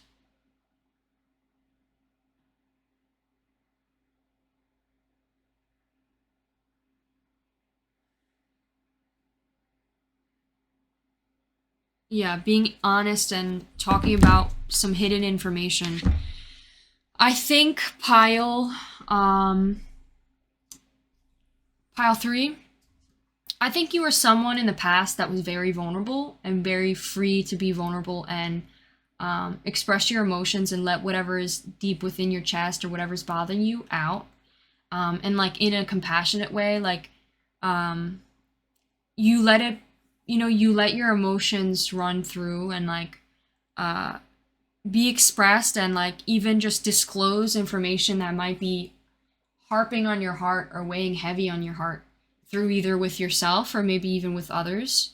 I think this might be significant to right now is because maybe you have lost this. Maybe you've forgotten about this. Maybe you have run away from your emotions, or maybe that was something that you would do a lot is really you became to be open with communication and express yourself more and be honest and open and allow yourself to cry and allow yourself to really,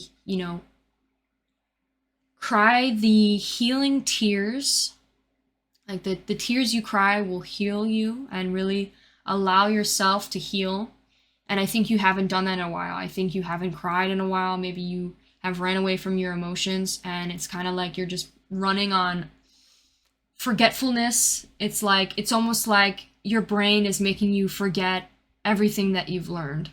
I think there could be possibly forgetting to communicate open and honestly, or just allowing yourself to maybe not even just communicate. Maybe it's more of like being open and honest with yourself about something. Maybe you are running away from something, shaming yourself about something, or just not being honest with yourself about a certain situation, or being honest with others. There could be something that you may need to discuss that may help you further on your journey, that you're kind of maybe afraid to talk about or running away from. And this is like, hey, like, this is something you may have to face at some point, but know that it's all part of the process, and you're in a safe place, you're in a safe environment. It's okay to talk freely, and it's okay to talk vulnerably with yourself. Maybe journal, maybe talk out loud, maybe record yourself talking and listen back to it. And allow yourself to cry too. I keep getting like crying, like allow yourself to cry. So disclosing some information. I think that's definitely who you used to be in the past, and I think this is something that needs to come back into your life. Some sort of, you need to find a balance again. I keep getting balance, find a balance between the heart and the mind. The next row we got is what you've learned from the past. We have 8 of bottles, which represents, what does the bottles represent? 8 of bottles represents immediacy, and we have diversity, willfulness, and immediacy, and it's upright. So diversity and willfulness. I swear, this like deck, I feel like just gives me like the hardest words. I don't know what the hell that means. Don't mind me looking up what this means real quick. I know what diversity means. Willfulness. Stubbornly determined to have one's own way, a willful child. Done deliberately, intentional, and willful obedience. So, I think something you may have learned in the past is that when you act impulsively, when you act stubbornly to get your own way, or to get your way with something, or when you intentionally act wild or do something deliberately to get your way, it's like you will get you will get like what you were looking for because you got your way, but know that there will be consequences that come with that. And consequences you may not like. We have the butterfly effect, and it says choose wisely. And the butterfly effect, this is the card that I made in my deck.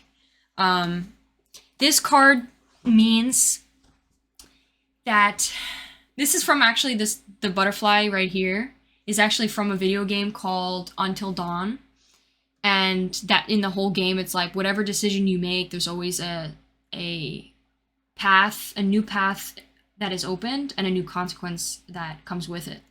And it's like whatever decision you make, know that there's going to be stuff that comes with it, and you should always think thoroughly and never be impulsive when making a decision. And also always consider how your actions will affect others.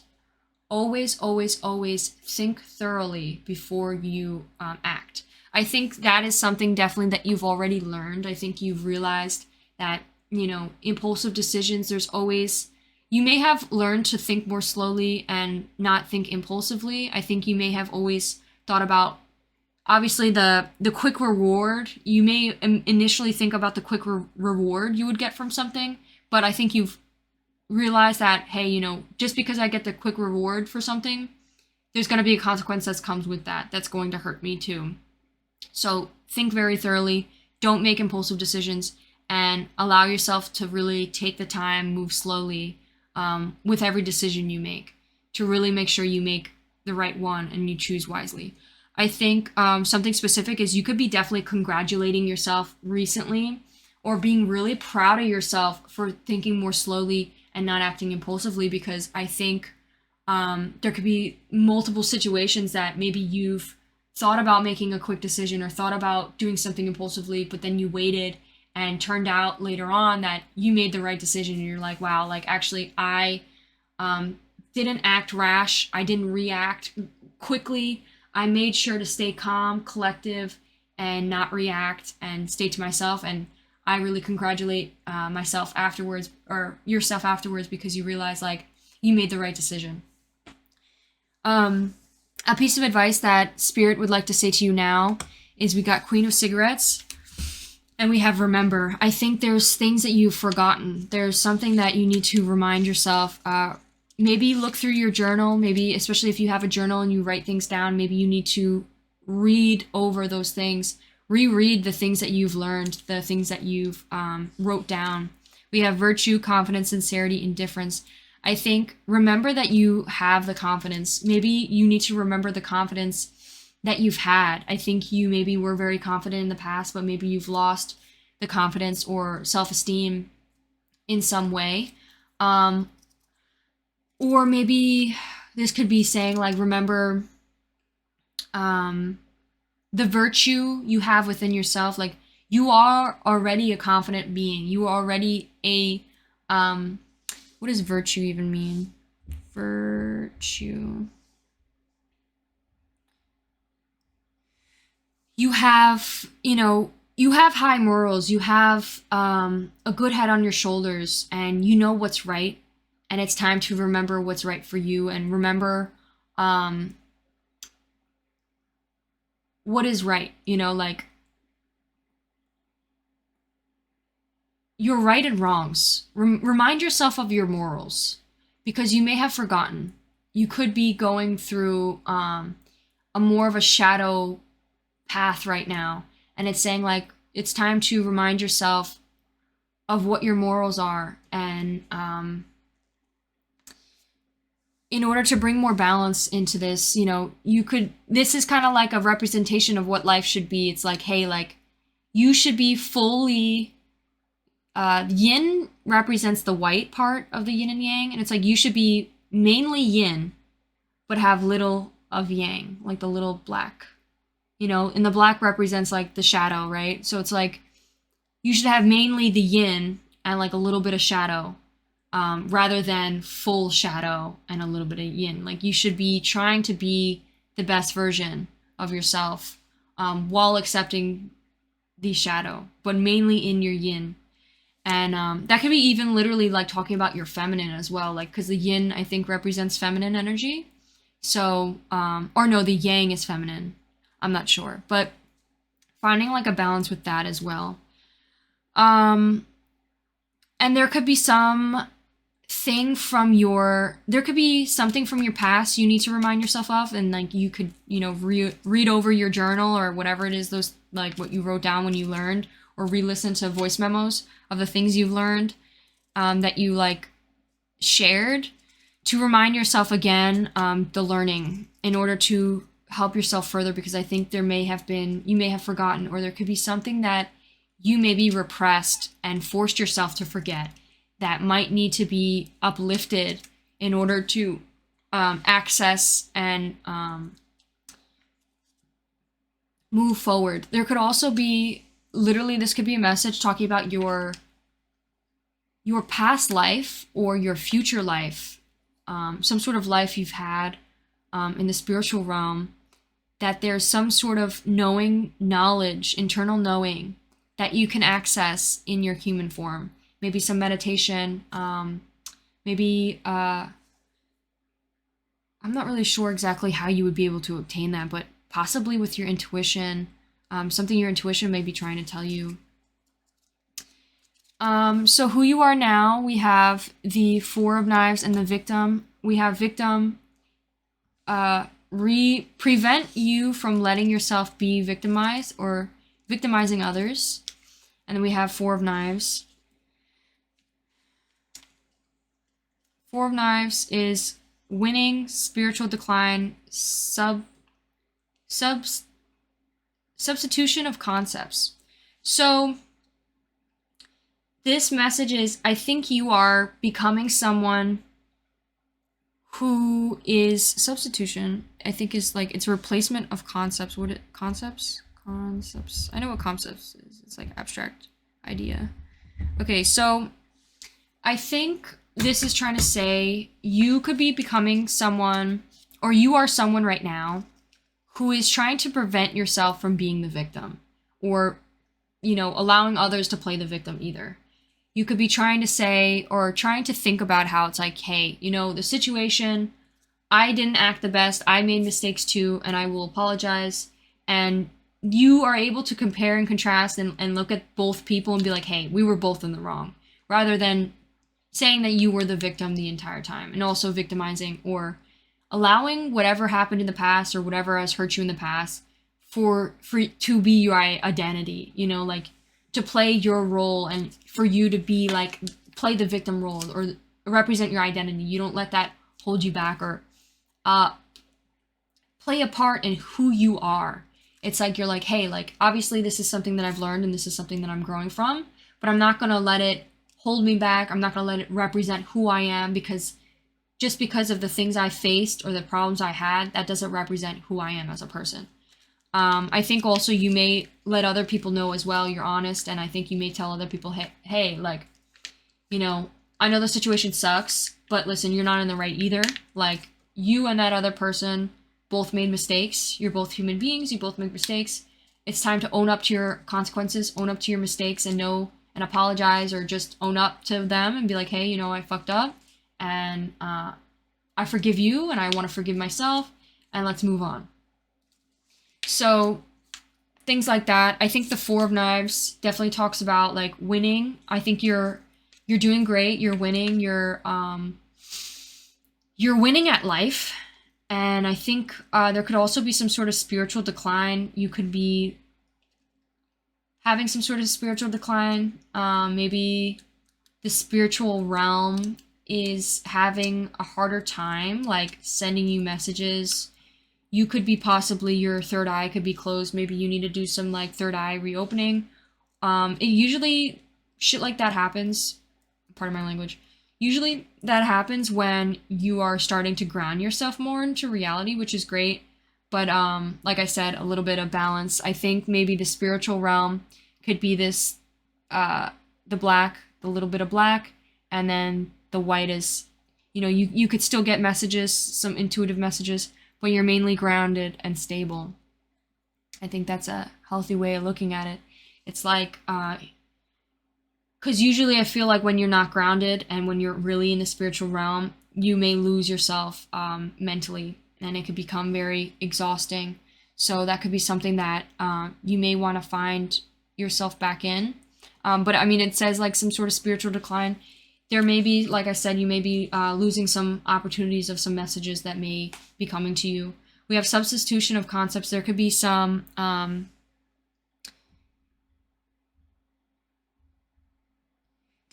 sort of abstract ideas that might be difficult for you to understand, because like the third eye could be closed, or there's some sort of spiritual decline, and you could be like, there could be some sort of substitutions, like some sort of replacements you may be feeling for those ideas because you're not there yet to understand them.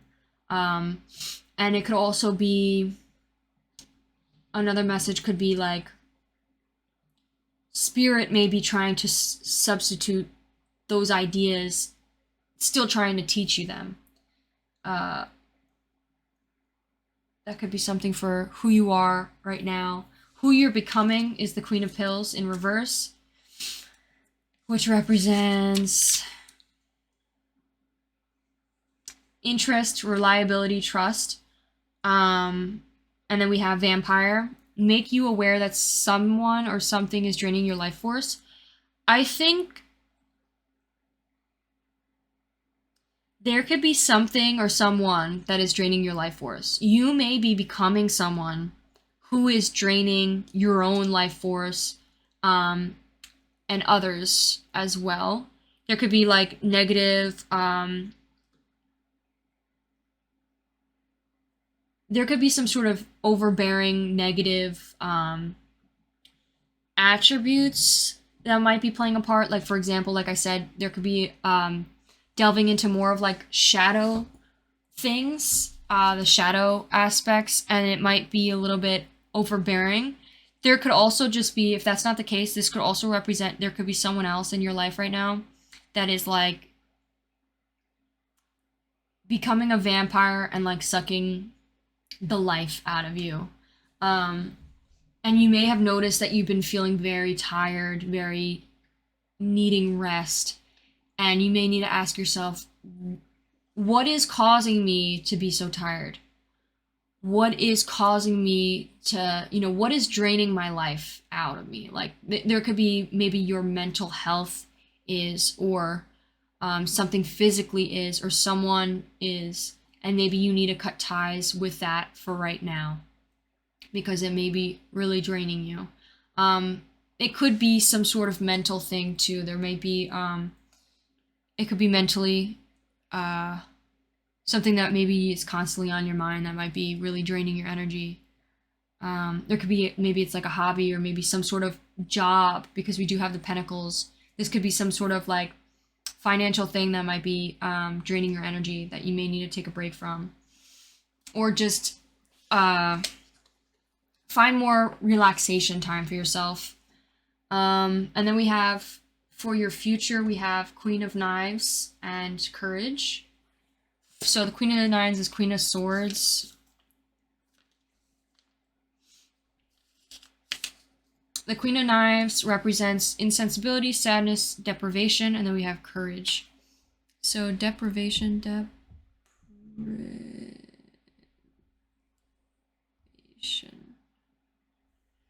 the damage, lack of material benefits considered to be basic necessity in society. Okay, so there could be a basic need that you are not able to, you may be having a lacking of, whether it's food, water, sleep, entertainment, socialization.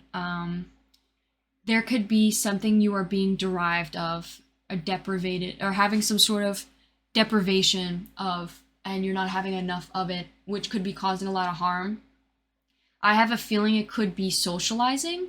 It could also be something that you need courage with. It could be maybe not even having a home, like just some sort of basic need that needs to be met. Maybe showering, or not having enough money to put food on the table, and it's like a basic need that you maybe aren't being able to achieve right now, and it's saying like you may need the courage in order to heal this deprivation.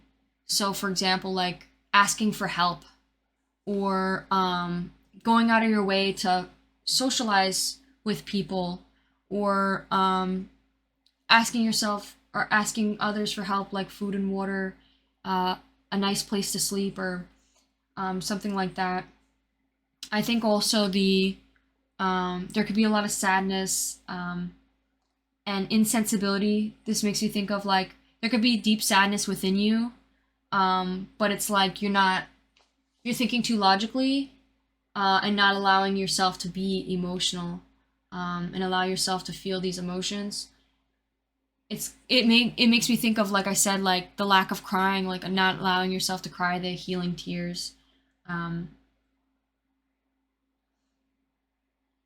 come back to this vulnerable. Be openly honest if you need help. Tell people you need help. Talk to people you need help. Ask for help.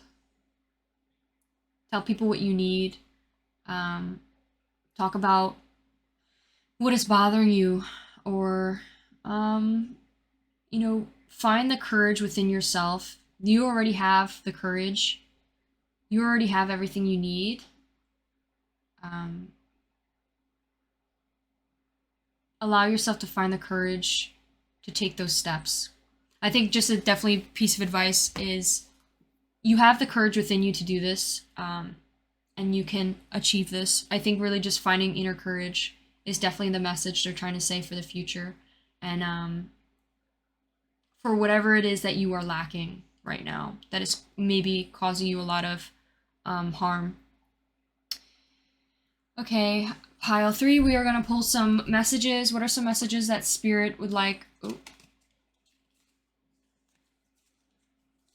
This don't look right. Give me 1 second. Those were not looking the right way. So I'm going to just shuffle these cards. Please channel for pile 3. Please channel for pile 3. What are some messages? What are some messages that pile 3's spirit guides would like to say to them? What are some messages that pile 3's spirit guide would like to say to them? And you're allowed to cry. You're allowed to have emotions. You're allowed to feel sad.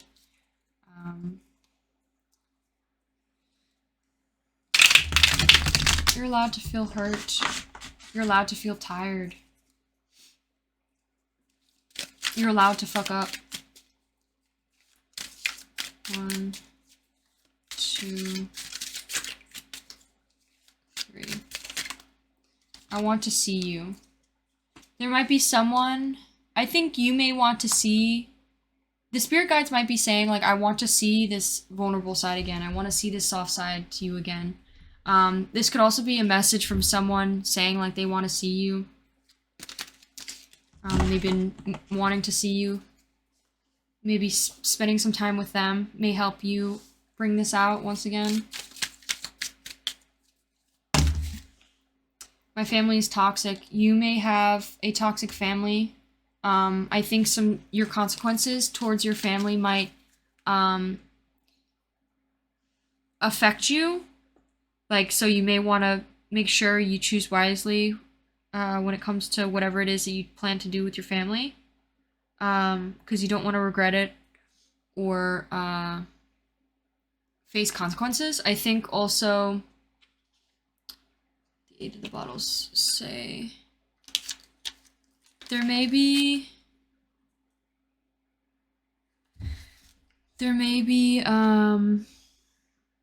you may be facing like a very toxic family, like you may have a toxic family, and this may be causing you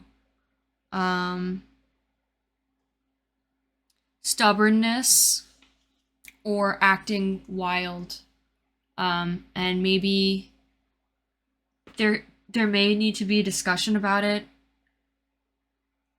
It might be immediate, like some sort of immediate thing going on right now. This could be something that you've learned is how toxic your family really is. And you may be facing, like, you may be struggling with it right now. And I think your spirit guides are trying to help you remember, like, what have you learned? How not to play into the victim. Allowing how toxic your family is to play this, like, not allowing yourself to fall into victimhood no matter how toxic your family was, you know, like, yes, they were toxic, yes, you didn't deserve the way they treated you, but it's your, you know,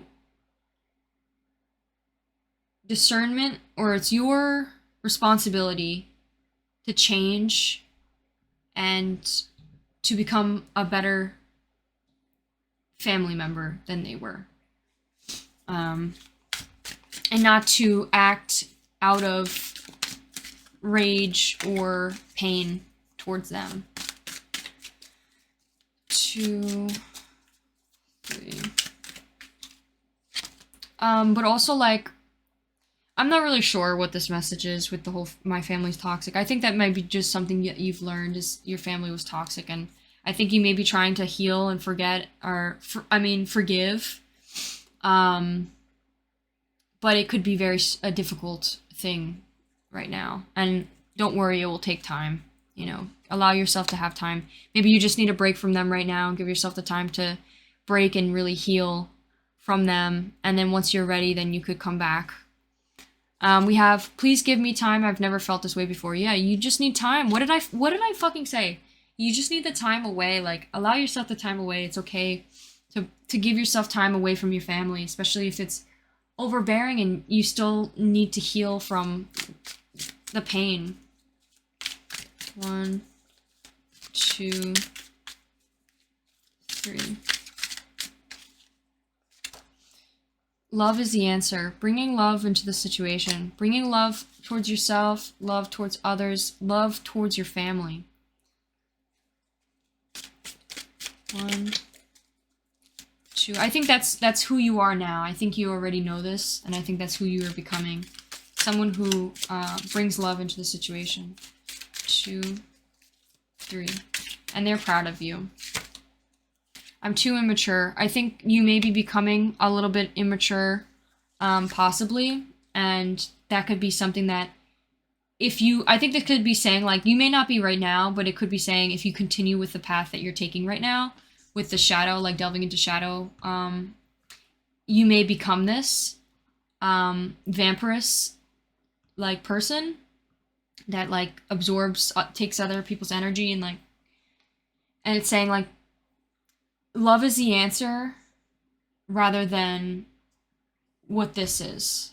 You know, like, this is a path that you may take if you continue down the wrong path. But if you continue with love is the answer, this won't be in your... You'll go down the better path.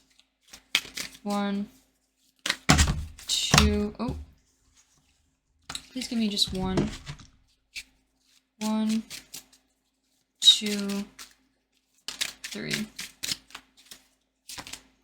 I'm very frustrated with the way things left off. There could be a situation that you could be feeling very sad or feeling the lack of basic needs with something. There could have been something that maybe was left off not like the best. For example, like maybe with your family, and you could be very frustrated about it, and it's like maybe you need the courage in order to have an open conversation, an open, mature conversation with them, to talk about things. It could also be talking about needing to be vulnerable and be honest about your emotions on how you're feeling about the situation. And also,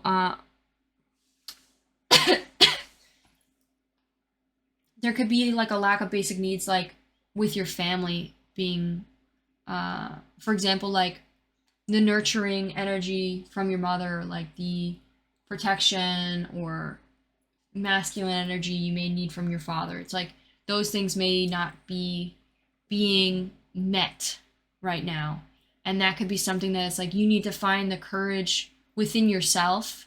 You need to find those aspects within yourself and not seek it from others, especially your parents or your family.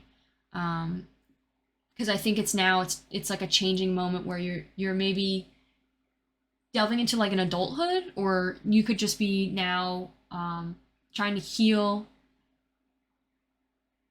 and be more independent. I'm getting finding the courage within yourself. You could obviously ask for help and ask help. You may want to ask help or get help from others in order to help you find those things within yourself, because obviously, like, you could try to seek those answers from others or seek things out from others, but it's always like you need to fill those needs for yourself first. Or not first, but at some point you're going to need to seek it within yourself, because that's how you're able to feel full. Okay, so let's pull some charms and some messages now for pile 3. I am honestly shot, pile 3. I feel tired too, so...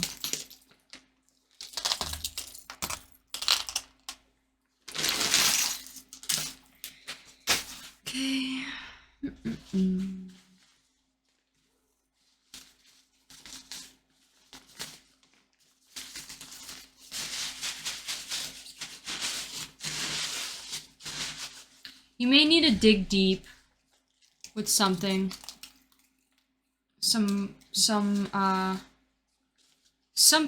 Remember, something deep within you that you may need to dig deep in. To remind yourself of some maybe healing you did in the past already that you may need to remind yourself. We have jolly.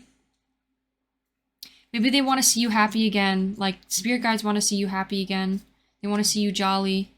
You belong to be someone vulnerable, compassionate, loving to yourself, and just wear your heart on your sleeves. We have 3, which makes me think of growth. It also makes me think of divinity, like the powerful number 3. It's like the... What is it? The 3, like the angel, the Holy Spirit. What is it? The Son, the angel, and the Holy Spirit? Is that what it is? You get what I'm going with that. We also have angel here too, so that could be something specific. And another thing that psychology represents, when they talk about religion and it's like, oh, the 3, like, those 3 things, right? If you could represent, that also represents the stages of consciousness. Or is it consciousness? Yes. The id, the ego, and the superego. God, the Son, and the Holy Spirit. It's like, I think that's the 3. It's like the id, and it's just, it's within yourself. The id, the deep, the impulsiveness, child, like your basic needs. The ego is your conscious mind. Usually the id is usually representative of the shadow aspects, like the basic needs you need. And then the ego is represented of the conscious mind, what you think about, your thoughts, protection, and like the thoughts of like your ego. And then your super ego is your morals, what you think is right, the righteousness, the godlike elements. So that could be something specific with you, and maybe something you're realizing, or those are maybe something you're reflecting on or seeing. And another thing too is ego is something you need and a good thing to have, because if it wasn't for the ego, you wouldn't be seeking or chasing after your dreams. Or I wish I said that in the last pile, because that resonates so well for the last pile. But it's like, you need the ego in order to chase your dreams, because if you didn't have an ego, you would be literally living a boring life and not feeling like not chasing. You'd be stuck and just chilling in the same spot for the rest of your life. It's like, you need the ego in order to push yourself further and push yourself forward. So it's like, a lot of the time, people with egos are usually the ones that have a big ego, are usually the ones that become more, like, the most successful, because it's like they have so much of a drive. Yeah, I don't know. So anyways, but obviously, like, you need to find a balance with it, like, like always. So we have Kylie, so that could be someone's name. We have letter T. We also have ear. There could be something specific with ear. Maybe there's something you need to hear. Like, listen with your ear. Maybe you have a voice memo. We also have a little tiny turtle. Maybe needing to hear yourself, or hear what you say, or hear others, listen to others and what they have to say.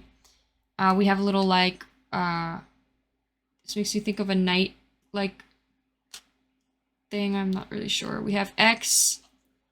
Oh, we have XH. Just thought of HD. We have dig. This makes me think of dig deeper. Dig deeper. What? How far can you go? Dig some deeper. Maybe there's something else you need to find. We have kleptomaniac. Maybe there was something that, maybe stealing things. You could be addicted to stealing things for your own gain, and that might be something that's like, hey, like, let's go back to your higher morals. and how you can deal with this addiction. Like, this may be a shadow thing to you that you like to steal, and it's like, hey, like, how can we,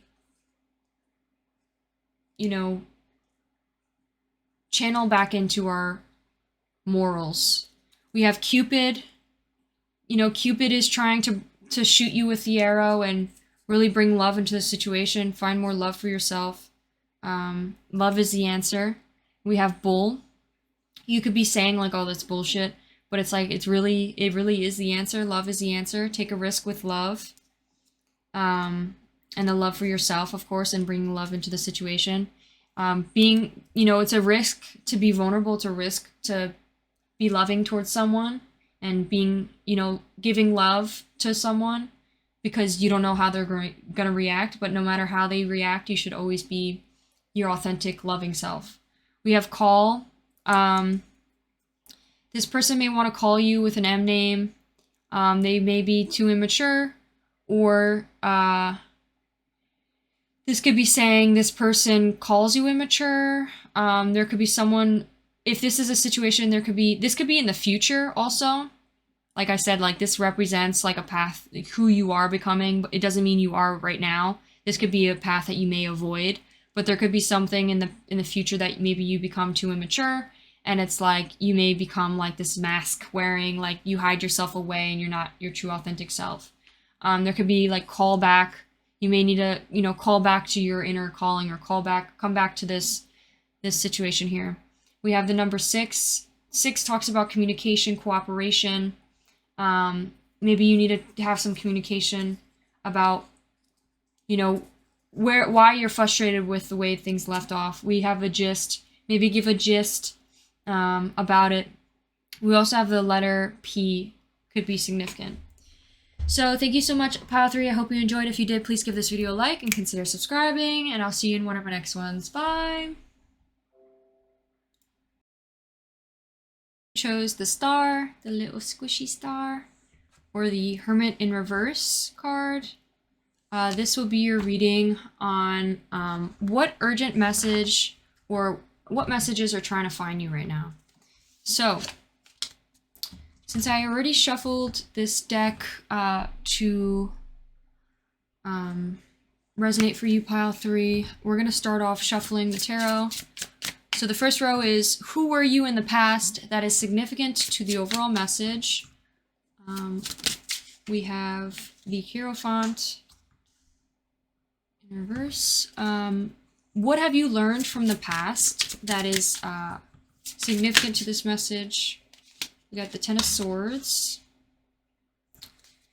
What piece of advice can Spirit give you right now? 1, 2, 3. Pile 4. We have 5 of Cups in reverse. Interesting. Who are you in the present? Give us a card that represents Pile 4 in the present. 2, 3. We have 9 of Swords. And who are they becoming? Who is Pile 4 becoming? 2, 3. 3 of Wands. Reverse. And a piece of advice for the future from Spirit for Pile 4. What piece of advice can Spirit give for the future for Pile 4? 2, 3. We got Page of Pentacles. Okay, we're gonna put the little star here. Little cute little star. Alright, I also shuffled your cards off camera. We got the overall energies of the Shadow in reverse, as well as the Pilgrim in reverse. We have the number 20 here. The number 20 could be significant. We also have XX again here. X's could be significant. We have, yeah, so 5. Or no, X is supposed to represent 10s. So 10s. Number 10. Okay, so we have Crow to represent who you are in the past, something significant about the message, something significant that will help us understand this message better. We have something you've learned in the past is about time. I would assume so far that, you know, endings, recovering from endings take time. So I'm gonna come back to this obviously, but that's just my initial thought. A piece of advice that Spirit would like to share with you is, where do I give and receive? Match, the name or the word match. Butterfly, milkweed is the plant. Who you are in the present is represented of the poet. And who you are becoming is the gambler in reverse. A possible outcome that you may want to avoid. And then a piece of advice for Spirit, from Spirit, for your future is spontaneity. Spontaneity or spontaneous? Whatever. And then the overall energies are going to be here for you, pile 3. Okay, I'm going to read into these cards and get back to you. Okay, pile 4. So,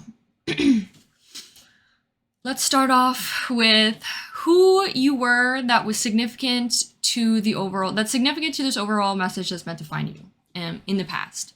So we got the crow, which represents a psychic, strong, and someone who is clear with their intentions. And then we got the Hierophant in reverse. So Hierophant in reverse represents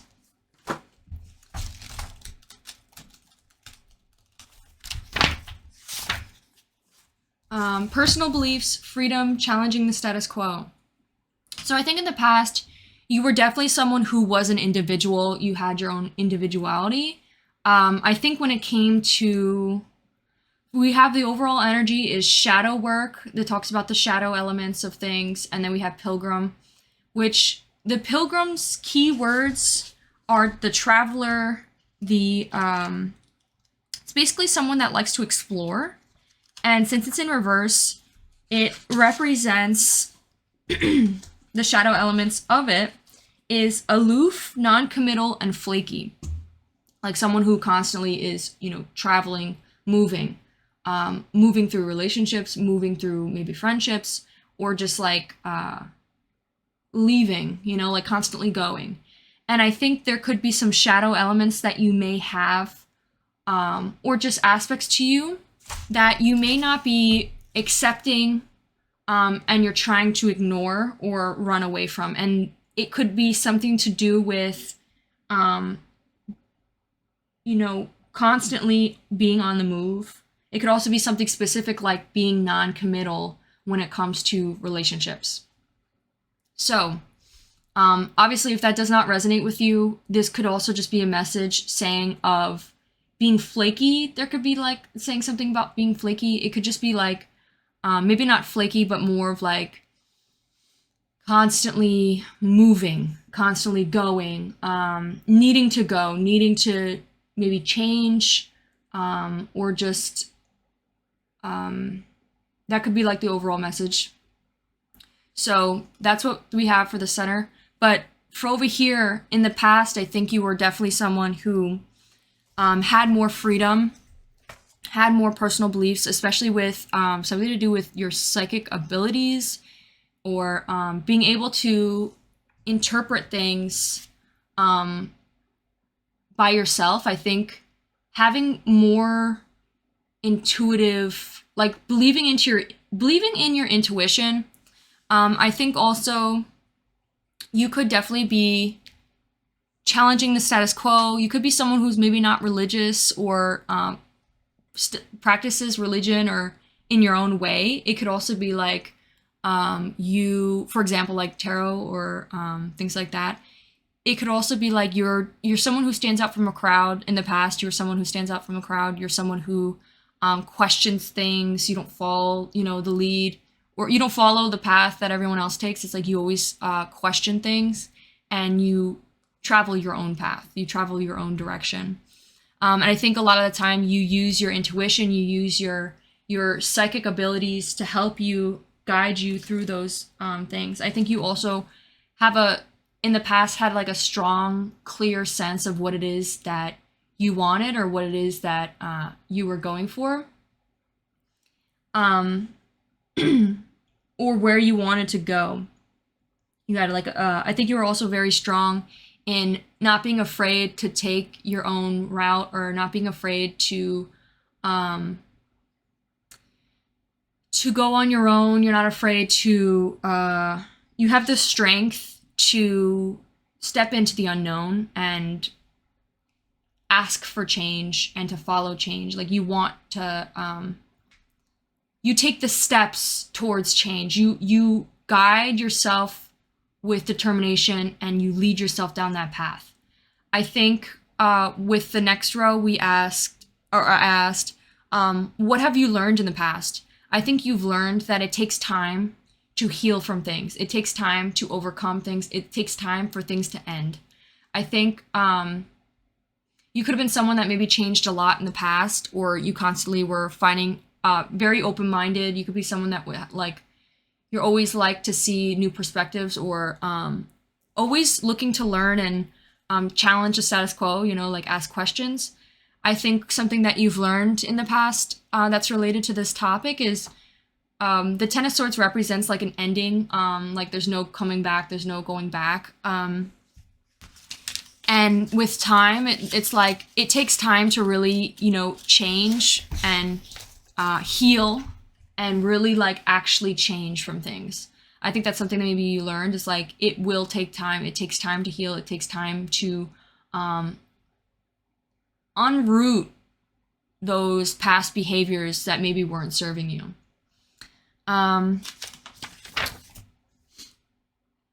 There could have been some sort of betrayal, some sort of loss, some sort of crisis that maybe you faced in the past, or some sort of painful ending that took a lot of time to heal from, took a lot of time for you to move past.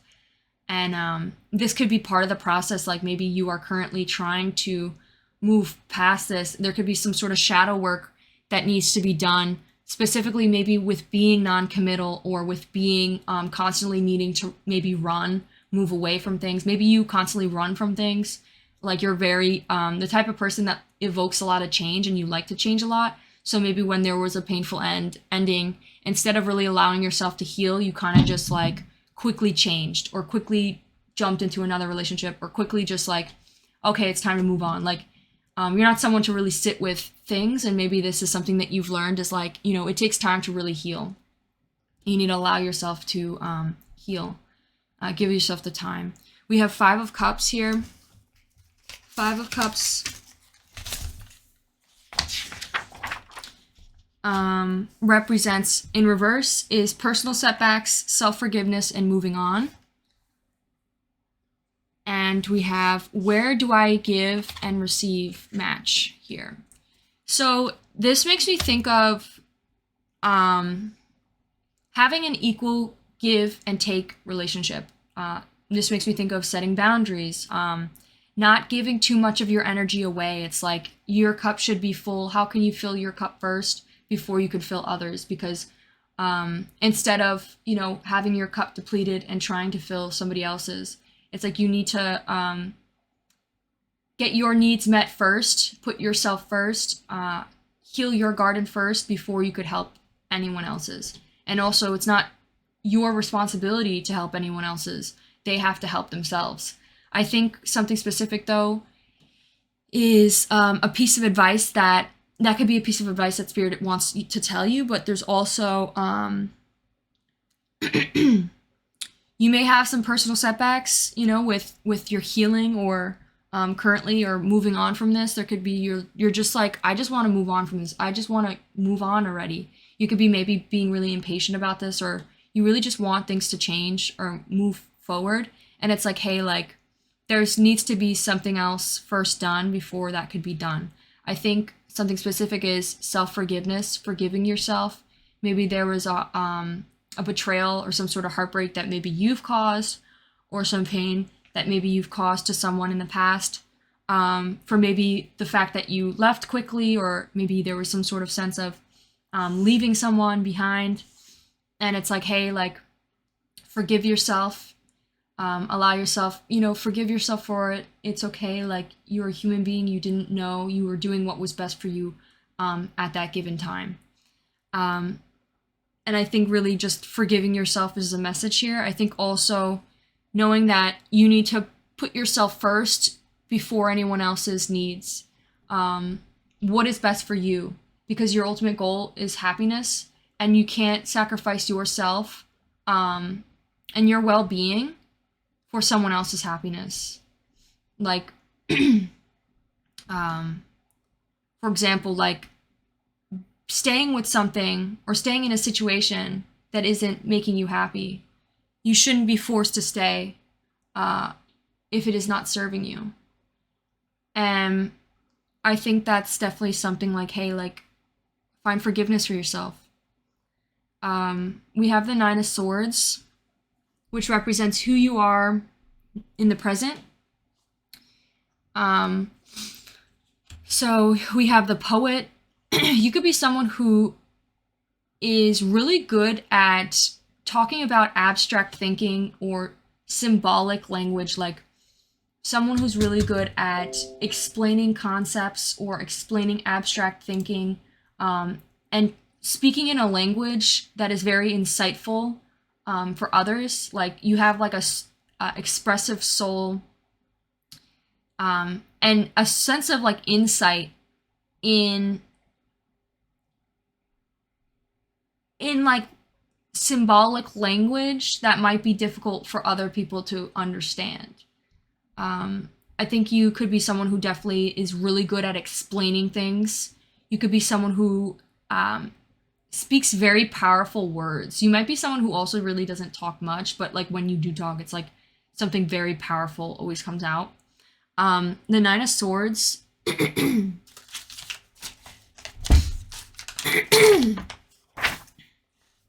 Nine of Swords in reverse is inner turmoil, deep-seated fears, secrets, releasing worry. I think you could be someone who you could be currently being held back by fear. You could also be holding a lot of secrets, or you could be having some sort of inner turmoil. But I think what you're trying to do is you're really trying to help others and help yourself release the worry. You're trying to release the stress, release whatever's holding you back. And you may do it in expressing it in a certain way to others. Like, you're able to explain things very vividly for people to understand.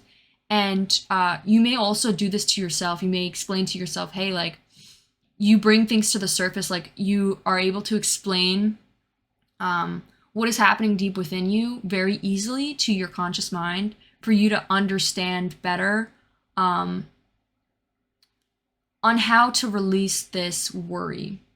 That could be something specific. It's like you're good at helping people with their anxiety. You're good at helping people with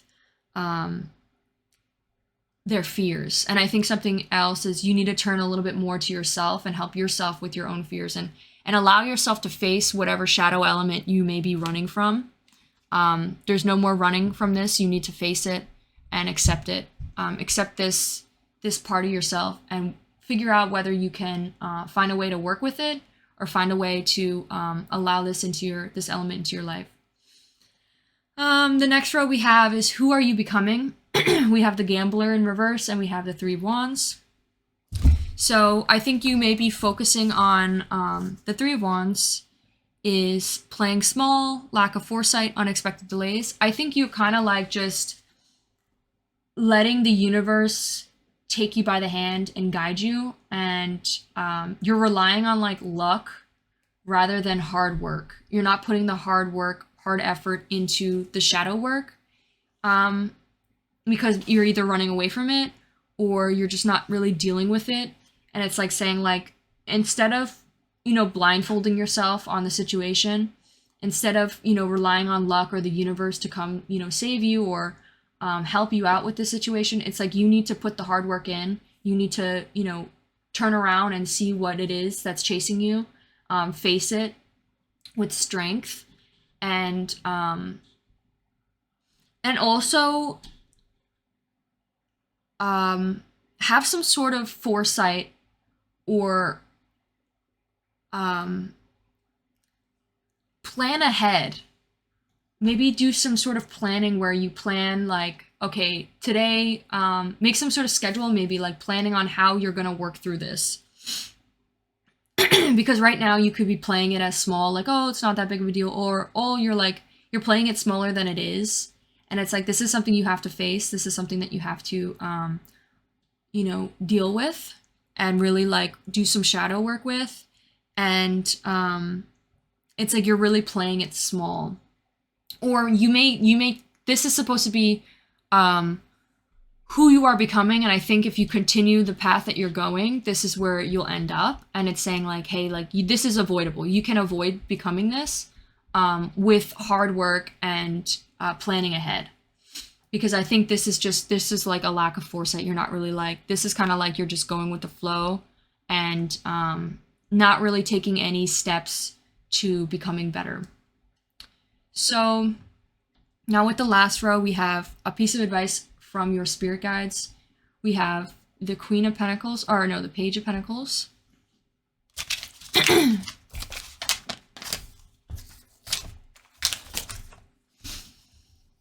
Page of Pentacles represents lack of progress, procrastination, learn from failure.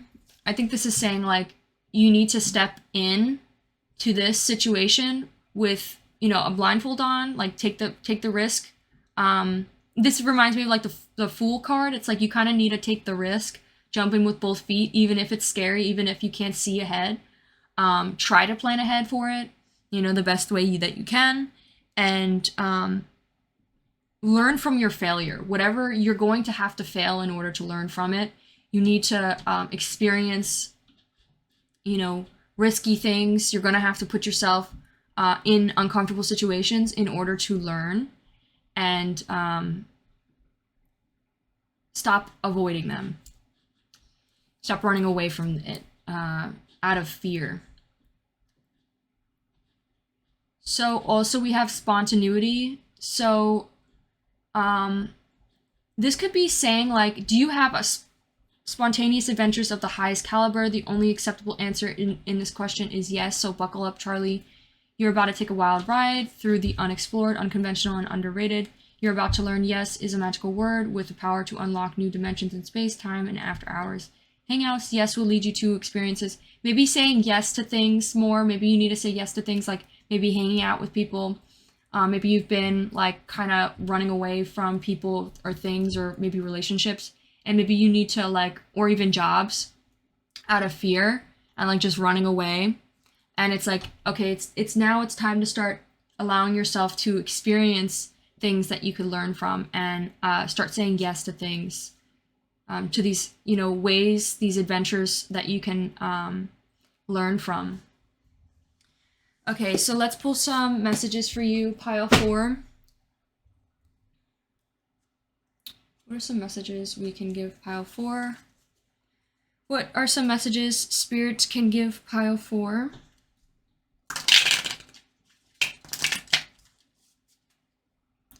What are some messages Spirit can give pile 4?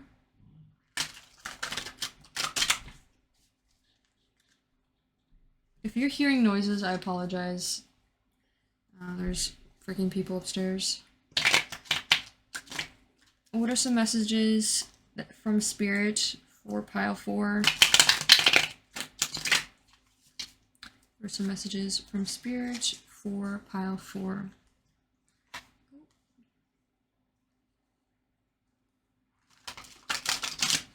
Okay. Girl, I know. 1, 2.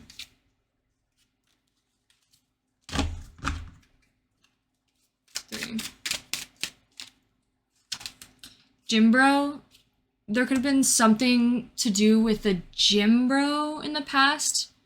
Maybe something specific about going to the gym that like you challenged a status quo, like maybe getting very athletic was like something that maybe wasn't the norm, or people like judged you for, and you were like, I don't give a fuck. Like that could be something specific, and you didn't care what people thought. Like all of that was just insecurity, and like you grew to love the gym or something.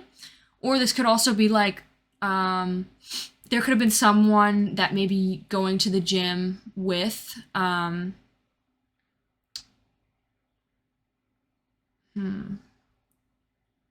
maybe some sort of intuitive message about someone that you may want to go to the gym with, like that you used to trust your intuition. You were someone who was different, someone who stand out from a crowd. You questioned them, or you saw them differently, maybe, or had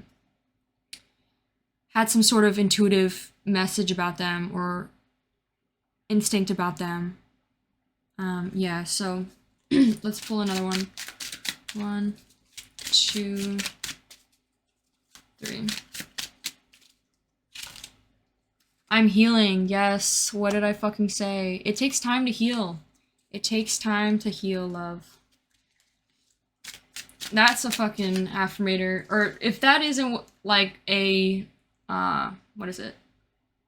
A sign, like, seriously, they are letting us know. Like, that's, I was right about that. Like, where's my bell when I need it? Oh. Hold on, let's get this. What's another message Spirit can give us? 1, 2, 3. I would do anything for you in reverse. Maybe you gave too much away of yourself. You maybe gave too much of yourself away. Or maybe there was someone who gave too much of themselves away to you, and maybe it left you feeling guilty or upset. Or what was the 5 of Cups again? Needing to forgive yourself for it, like, and maybe moving on from this situation. 1, 2, 3. I desire you in reverse. I think something specific is you have like an energy to you or a grace to you that is like, it's almost like very powerful. Like, I think everyone, literally, this could be just like everyone desires you, and I think you even desire yourself. It's like you're desiring the person you are becoming. This also makes me think of like ego, like you're becoming in love with yourself. You're loving yourself. You appreciate yourself on another level. The 9 of Swords, releasing worry, you know, like releasing the worry of like maybe the expectations that you're like worrying to make the expectations that people may set on you, and it's like, who cares? That's their fault. They set too high expectations. Be yourself. Become the person you're authentically supposed to become, and you never even know these people may desire you without you even realizing. It's like you're worrying for no reason. I want to see you. There could be someone that wants to see you or wants to hang out with you. That maybe you're kind of like running away from. The 3 of Wands, where is the 3 of Wands?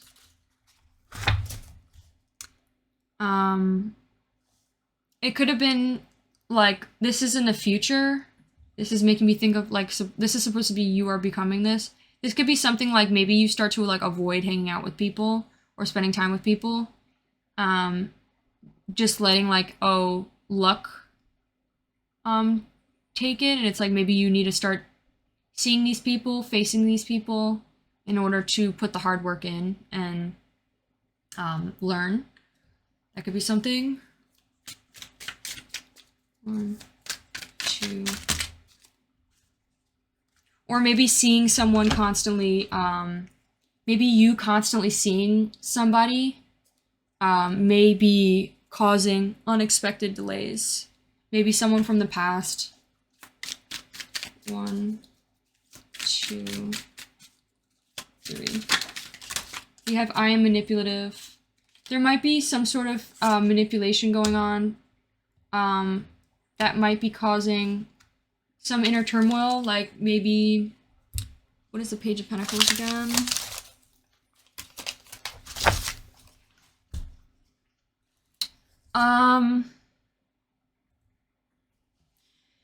There could be a sense of you being manipulative in the future, or like a piece of advice is like, try to pay attention to what can come off as manipulation. Like the things you may say or how you act and how that may be manipulative to others. Because you may not even realize, and maybe this is asking for like a piece of advice from spirit is like, hey, like try to like be more aware of the things you do and the things you say that could possibly be a little bit manipulative. And maybe more specifically when it comes to saying yes to things and maybe no to things. And when you, maybe when you procrastinate for things, or something that you may need to learn from failure. Like you need to fail in order to learn. There could be some sort of situation where you're manipulative with that. Okay, that is all I have with that. I'm going to pull some charms and messages, and that's going to be the end of your reading, pile 4. I know.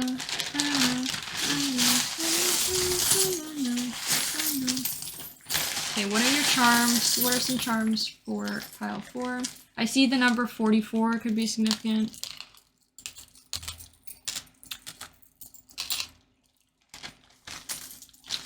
Okay. And I kind of want to just pull one of these. I think needing to take a risk could definitely be a message here, because we got the number 0, and that makes me think of the Fool card.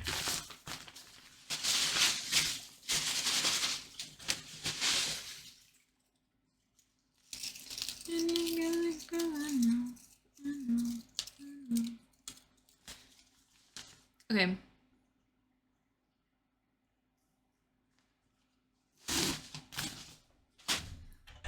We have PC.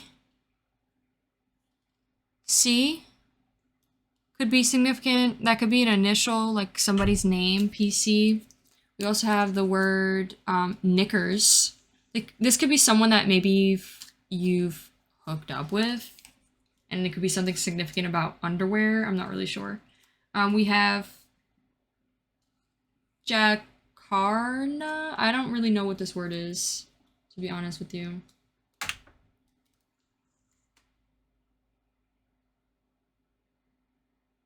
I don't know what that word is. Jakarna. That could be something significant. I'm not really sure. And then we have coconut. There could be something about coconut. Coconuts. Or coconut. We have VS. This could be something significant. Somebody's name. We have jitter. I just thought of jitterbug, but we have jitter here. There could have been jitters. Maybe when you were healing and really stressed out in this really uncomfortable situation, maybe you had the jitters, like shaking. We have bleach. Something to do with bleach. We have Armenia. Something significant with Armenia. We have a cross here. We have a little skeleton guitar dude that's playing the guitar. We have a flower. We have the letter N. We also have 0, like I said, new start, new beginning, like the Fool card, jumping in with both feet. We have BH, could be an initial. I just thought of I behave. We have journalist. Feedback. We have Bulgaria. Could be significant. We have a little tree here. This makes me think of growth. Needing to grow. We have greetings. We have inmate. We have a bee. We have love with an arrow shooting through it. We have fit. And then we have a little angel wing here. So if any of that resonates, let me know down in the comments. Alright, thank you so much, Pile 4. I hope you enjoyed your reading. If you did, please give this video a like and consider subscribing, and I'll see you in one of my next ones. Bye!